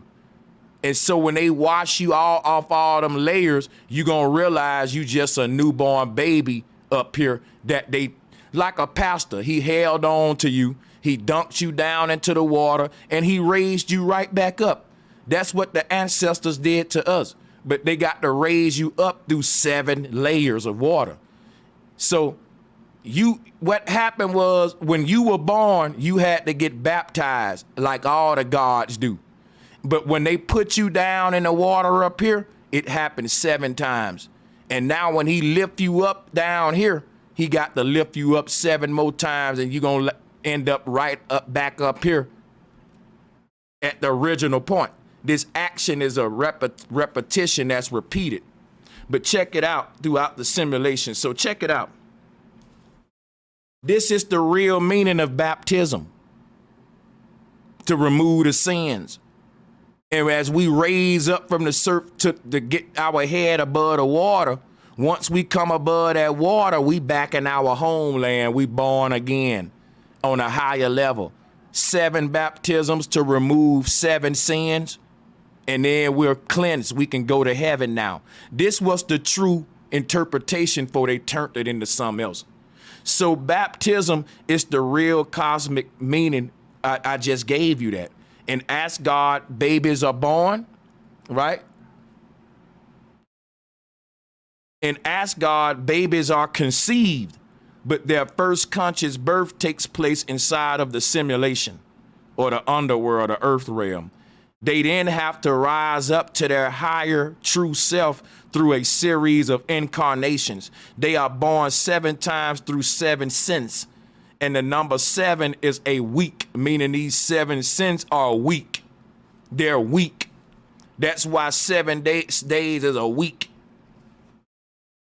At the end of the 7th one, the week is done and your strong, mighty version arises. But the word version is what? Virgin. None of these versions of you were born. They were conceived. The Mary having an immaculate conception gives birth to your new version. Okay, baptism is the washing away of these false versions after you've discovered the self, the true self behind it, like a chick breaking out of an egg.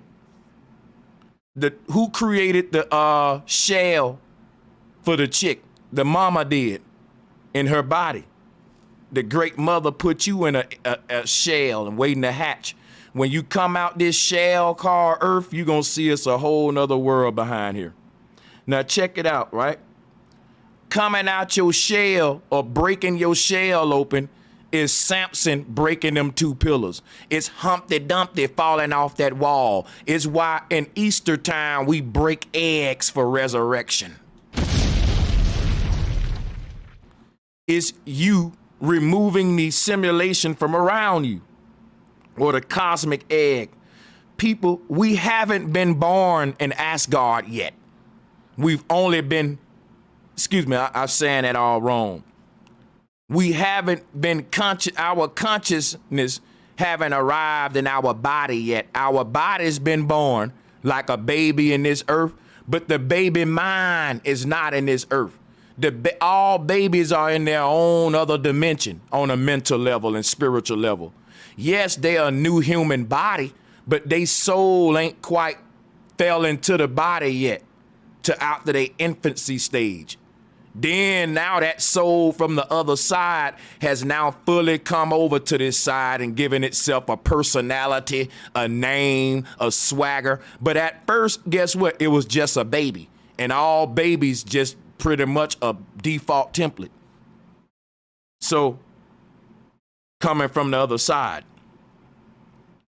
So on the same sense, you a newborn baby in Asgard, but your mind ain't even in that little body. It's in this world, waiting to cross over the land in its body that was born in Asgard. And this is the lands that it crossed over through. So that baby is in Asgard, but it's sleep. It ain't really conscious. It's like a vegetable.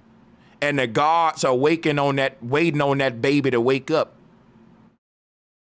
And there's an area of their land that they call the Baby Land's Tower. And we call it the Babylon Tower.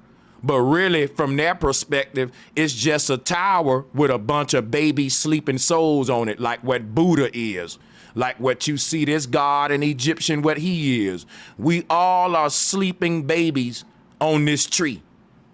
And when it's time for us to be activated, we're like fruit that's gonna fall from the tree, like Humpty Dumpty, have a great fall and shatter.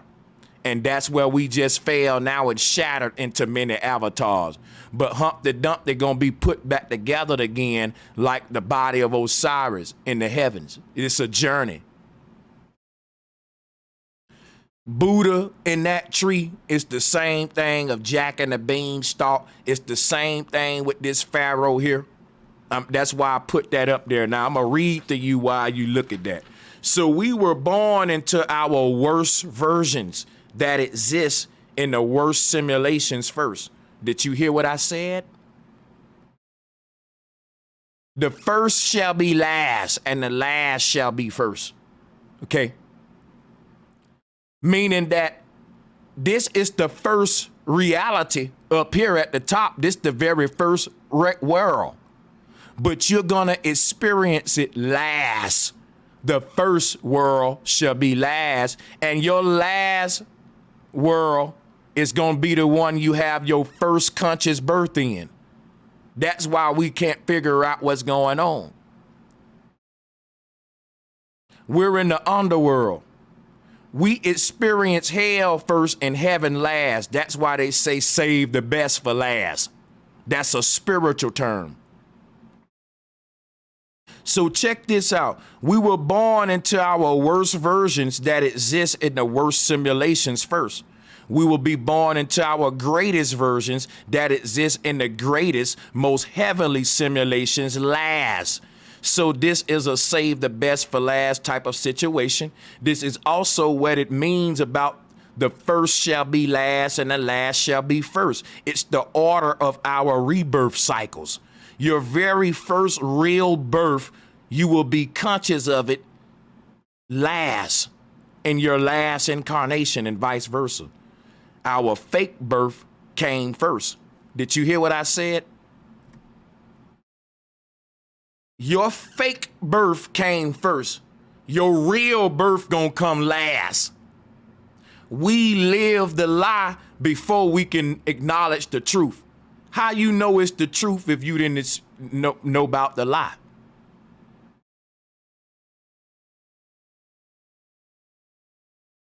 So we had to experience hell before heaven. Otherwise, heaven wouldn't be heaven to us. It would just be normal. Heaven can't fully be appreciated unless one has risen through hell. It's a mindset that must be activated through the process of incarnations through the 7 underworlds. Our first true birth will take place at our very last fake death. Our first true birth will take place at our last fake death.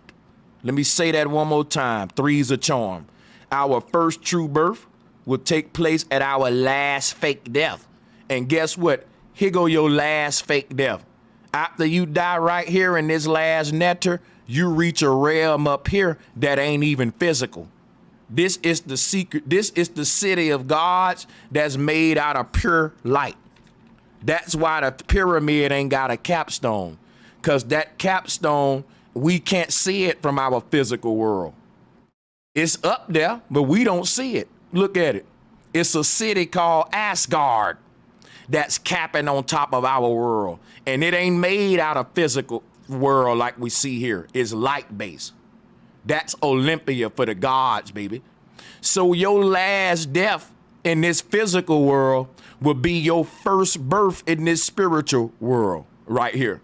Ain't that something? First shall be last and the last shall be first. You're cracking the code with your brother Sanchez on none other than Golden Wings Media, baby.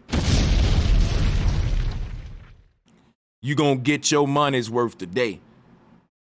So the Sumerians had 7 great gods. And guess what these great gods was? The 7 chakras, the 7 auras, or what the Yoruban people call the 7 Orishas, the 7 dwarves, the 7 Olympians, the 7 Greek planets in their solar system. They are the guides up the stairway to the heavens. They're the 7 netters that are guiding us to our original home. And the Sumerians call them the 7 great gods. You can go and look it up yourself, all right, if you want to go more with that. The Sumerian, okay, what else am I? So again, the word Sumer is the word Shumer. And remember earlier on the board, I told you that was Shema, the Shrum Ronin, right? The Sham Aura is the Shema, Sumerian, Shumer. When you take the god Shu and mix him with the female goddess Mary, you get Shu Mary. And Shu Mary or Tamari to Mary, Shu and Mary becomes Su Meru. Su Meru was born from the gods Shu and Mary. Shu Meru, Shu Mary. All right. All right. So I'm doing pretty good. Let's move forward. Remember I was showing y'all how the chakras resemble a shaker? Don't you know when you shake the shaker, it says, the shaker literally calls its own name when you use it. I never thought about that. Oh my God. I never thought about that, but I thought of it now because we're waking up. We're gonna think of it all before it's over. Think about that. Let's pull this back up. I forgot to mention that. The shaker makes the sound of the chakra, the chakra. When you shake that thing, it says, so the chakras are the shakers, guys. They're the shakers. These are the 7 vibrational energy bands, and vibration is what? Shaking, shaka, shaking, okay? And it's amazing because when you shake it, it tells you chakra is what it says. Ain't that amazing? I love phonetic etymology. It ties even more of the wormhole together. It ties yet more stuff together, you know, and just to be conscious of all of that. So, hold on. All right, guys, we at the last page, man. And then we're going to go over all the slides. And I'm going to actually, if you want this slides that I use in this show today, email me. And if you can prove to me that you purchased the ticket, I'm going to give you all of the slides that I used in this presentation. All right? In a folder so that you can use the slides yourself. Put a lot of work into them. And again, people, the summum bonum is called a greater good. The word summum, again, is like you being summoned to your greater potential. Meaning in Meru, if you got to go through multiple incarnations to get this thing right, that's what the gods got to do to summon you to your greater self. You got to rise up to your greater version. And the bonum is talking about a bond that's made. So you can't escape this greatness. It's your inheritance. In other words, you're bonded to it. You can play dumb all you want in this underworld, but because this summum bonum, the greater you is existing up there, guess what? It's gonna always be summoning this lower you to rise up to its greater potential. And it's gonna convict you. It's gonna make you feel like, I know I'm better than this. Cause it's summoning you to your highest version. And it'll torture you, it'll beat you down. You won't win this. You're gonna be great whether you like it or not, baby. You can't fail. Why? You already failed when you came into the body. You can only rise now to greatness. We're reaching the ending point, guys. We're reaching the ending point. Remember when I told you about Necropolis being the necropolis at the North Pole? The word necropolis come from the word necros, which is the word negros, meaning the black man, the dead man. Guess what the Sumerians called themselves? The black-headed people. Why did the Sumerians call themselves the black-headed people? Because there's a pineal gland in your brain. They were referring to the pineal gland, the black hole in the brain, the black-headed people that wore the black tefillin on their hat and the black top hats. We did it before the Jews. We wore the black top hats and the black suits. We were the original samurais. We created goth culture, wearing all black and all that. They the ones messed it up, turned it to something it ain't. So, you're bonded to your greater self, and the lower self, it can't not sustain itself. Why? Because the water gonna dry up. The lower self is a reflection. And if there's no water down there, he can't exist. When this water dry up, this reflected world gonna fade away. Like the Bible say, the world gonna be taught is fade away. And only thing gonna be standing is the truth in the end, which is this one at the top. You see? So if all of this water fade away and you don't get your soul from out of this underworld, you get trapped down there into the next flood. Now, when the flood come back, the reset time, the water comes back and flood Jambu Deepa. And when that happens, the universe keep recreating itself and the duality is created again. This water right here is what act as a surface, a barrier to create duality. Without that, you only got one reality that's upright. When that water is there, now you got this other reality that's the upside down, and we exist torn in between the two in Jamdu Vipa, where we're now part of heaven and hell. We're a hybrid, and we got to make a choice. And we ain't got a lot of time to make the choice. Why? Because this water gonna go away. That's telling you that this water represent the light of the false simulation of hell from Sheol. And every time it comes and go is when they changing the light bulb, a great reset. And when they fire that thing back on, you see this reflection reappear and the water is there. That's a way to look at it. Okay. Let's actually go through some of these slides and we can let you guys go, because I know I've kept you long. But don't trip. You know I've kept you longer than this before. So let's go ahead and just shoot through some of these slides to show you what I was flashing all on your face.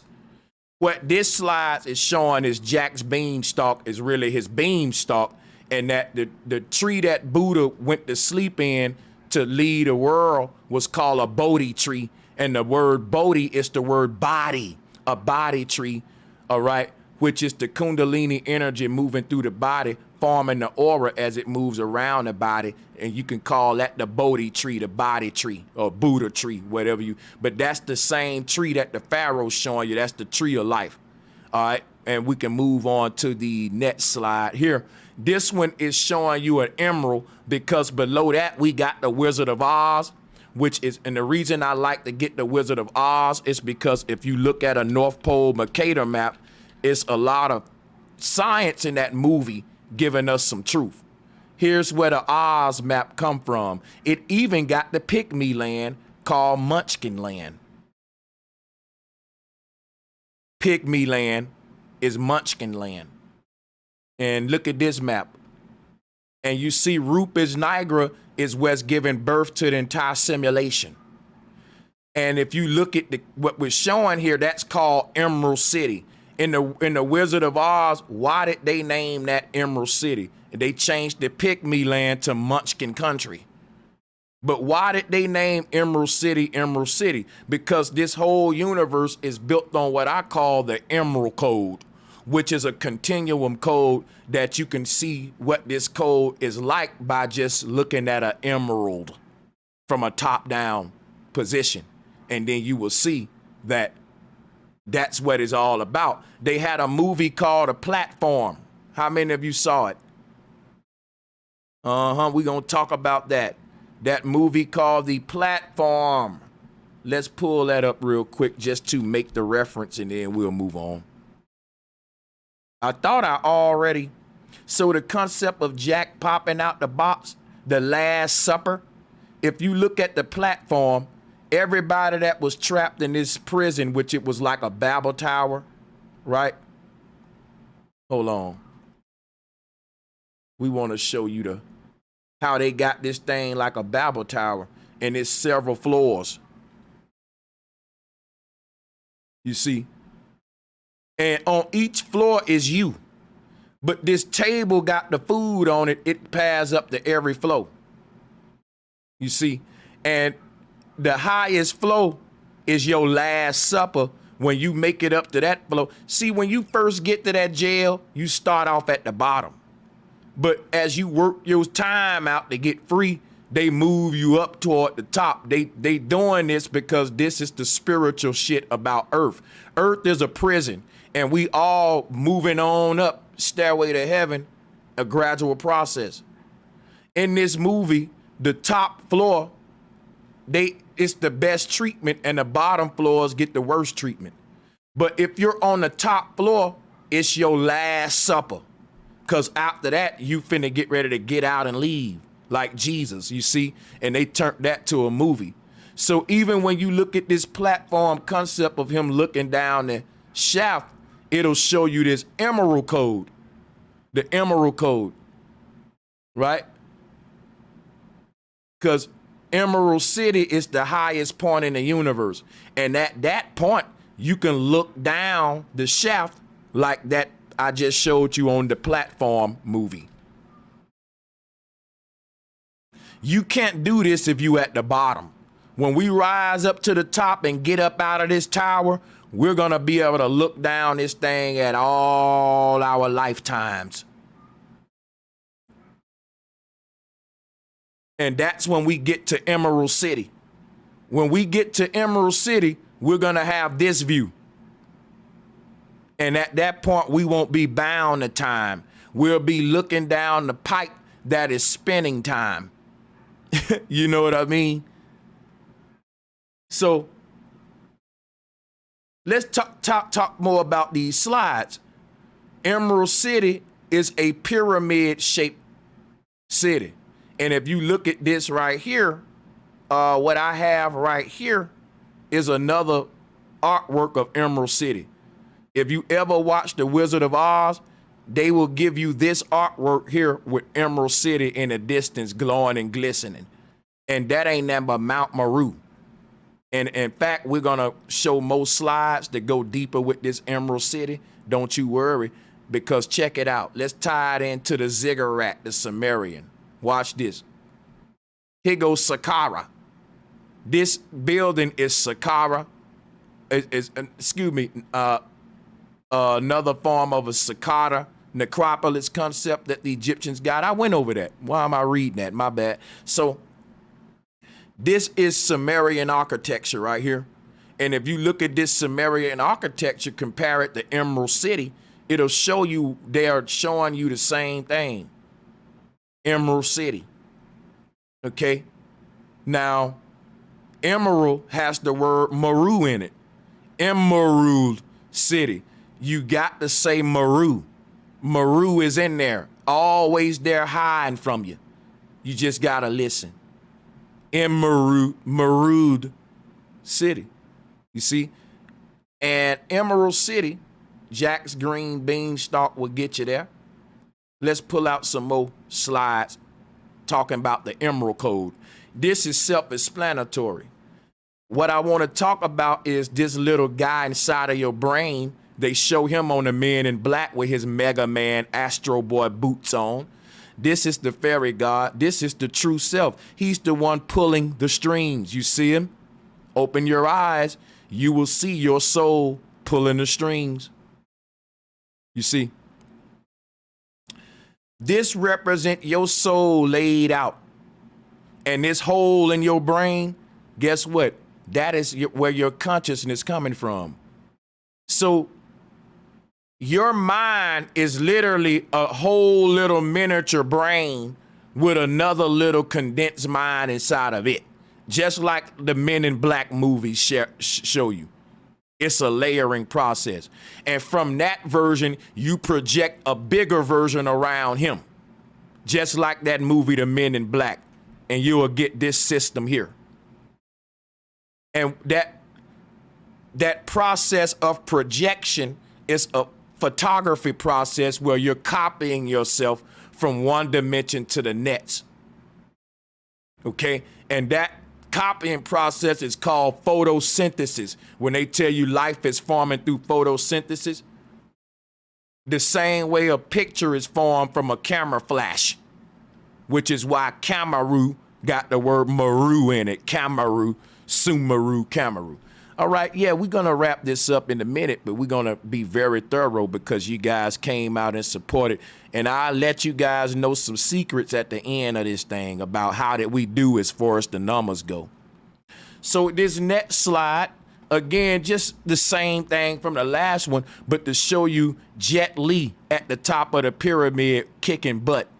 That little black dot that you see at the center of it all is you. I told you, you're just a little black hole. Did you hear me? You are a little black hole or a little what they call dwarf god. And you see this little black dude right here? This little tiny black man is what the Sumerians call themselves, black-headed people. They call the black people, but it wasn't dealing with skin color. It was a spiritual identity. They were saying, we're not our body. We're not identifying by skin color. Every single one of us who understand this is a black man or a blank man, meaning you got a clean slate. You're free of sin, like I said. But when you see this little dude surrounded by the brain, that code will repeat itself. That's how your body is now the pineal gland for your body that's beyond that one. You're created in macro and micro. As you travel inward, your cells get smaller and smaller, but they get smarter and smarter. As you travel outside of the self, yeah, your bodies get bigger and bigger, but you become a dumb sleep giant, a gassed up giant. And so the key is to go inward and shrink and compress yourself like a WinRAR file, a zip file. And that's the only way you can extract out is you compress the data. And this is what it is. So as you can see here, this dude got his arms open. This god got his arms open, and they all mounted on top of the platform. And look at inside of your brain, this little black dude is the samurai. He's the Sumeru, what I was telling you with the all black on, up under the arch like George Washington, man. Tell me I'm not kicking butt today. We got to do a tech check, man. This thing today, I mean, when we do our show tomorrow, I bet I hear nothing but compliments because I came today to give you your money's worth. Is you compress the data. And so that's a tech check. So check it out. Just like you got George Washington under that arch with the all black on, with the doggone, man, we ain't making the connection. Y'all can't see what I'm showing? Let's go back to it. Let's go back to it.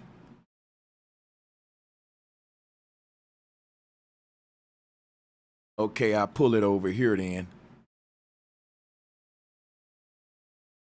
See, you got George Washington standing under the arch wearing all black with a bright white light above a line with his head above it. Now let's go back to this. You see what he's showing you? This is the whole central nervous system and endocrine system culminates to, what it climaxes to.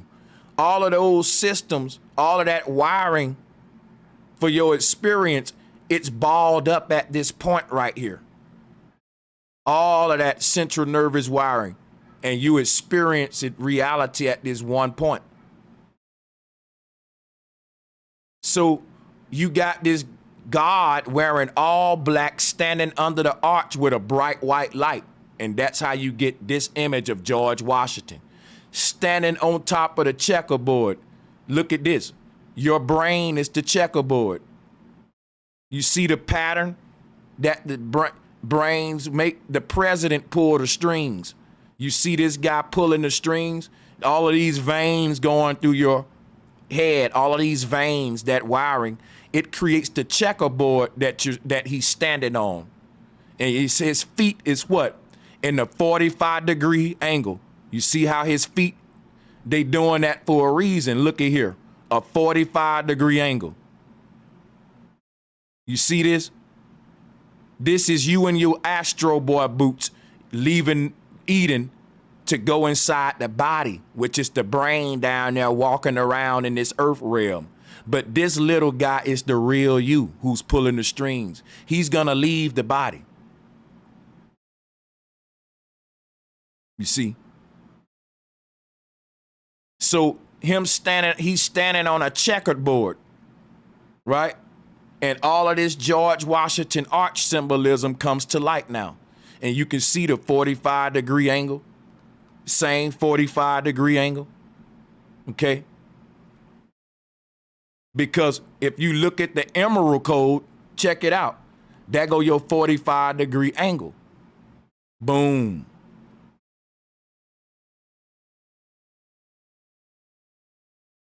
For making the pyramid. This knowledge is deep, man.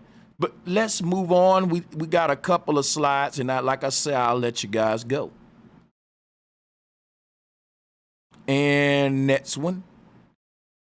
Oh, by the way, too, before we leave this one, you know, like I said, Jet Li at the top of that pyramid, they're plagiarizing all of our ancestors' knowledge.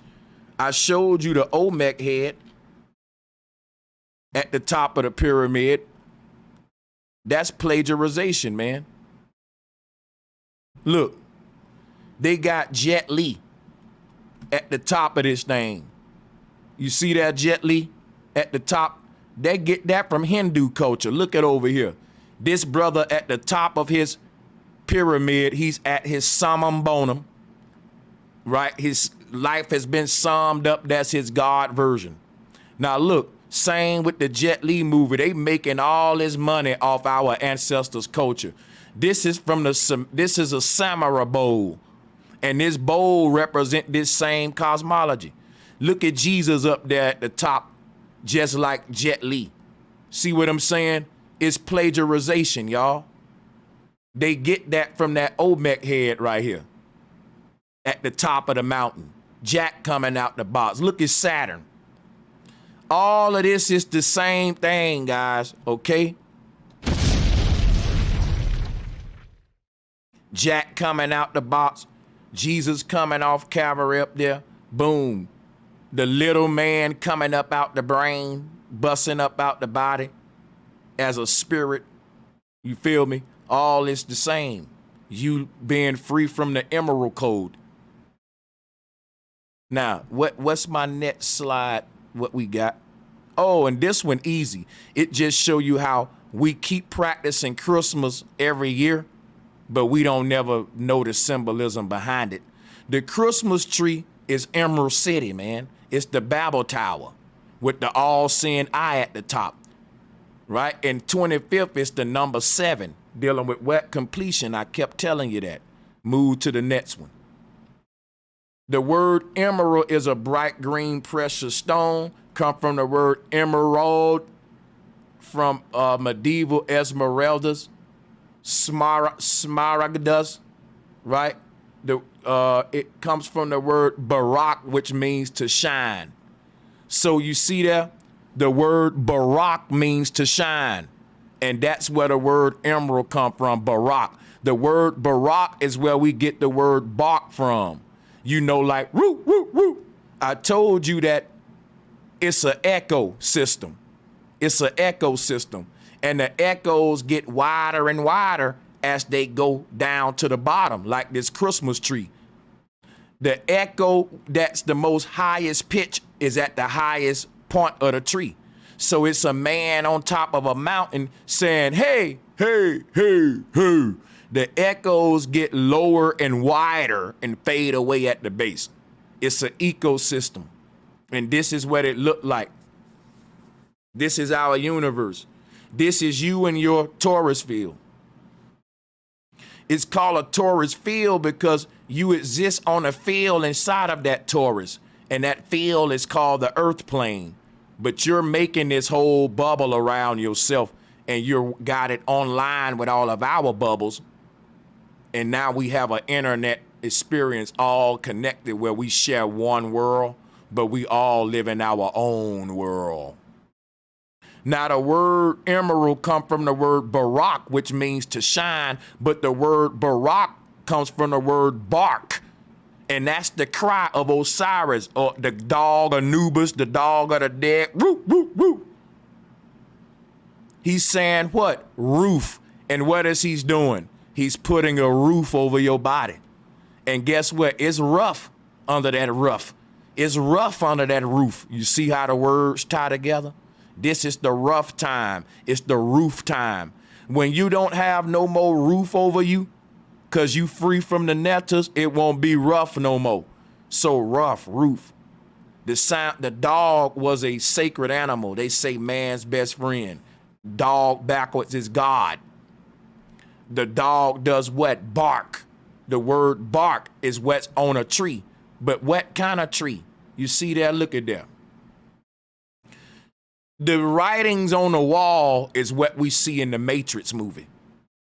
You see how in the Matrix movie they give you that green writings? That's Emerald City. It's a city that ain't made out of no layering technology. It's a city that's made out of the pure binary code of the simulation. Now, if you take that binary code and turn it into an icon, that's you making a simulation. An icon is an idol, a false idol. None of these little icons and symbols you see on your computer are real. They are just a series of codes that exist as one little symbol so that we can simplify the doggone long code. So in the middle of our earth, it's an infinite stream of numbers, and those numbers are what's programming the entire simulation around that feed. But when you live in this city called Emerald City, you don't exist as the icon layering that's covering the binary code. No, you exist as the pure code itself. In other words, naked. In this place, all the spirits exist outside of the code expressing itself as an icon, and they are just free flowing energy that we can see in the form of this matrix code, these numbers flowing up and down, you know. So there you go. I know I cracked a lot of codes today. So when we say emerald means bark, bark means to shine. Look at the tree bark. Okay? And the part of you, that word barak, it got the word rock in it, talking about this rock at the middle of the earth, man. That's shining. It's causing it all. This source, central source. That's the barak, which is the soul rock, the rock of your soul. Okay. Now let's go ahead and move forward. Look, Emerald City is where our reality is pulled aside. Let me explain something to you. when we're going toward the North Pole, the reality in front of our eyes is opening up like a curtain. And when we get to the North Pole, the curtain is open wide enough for us to fit through it and go behind the scenes to where they're creating the show at. And we leaving the stage and going behind scenes. And this is what it looked like.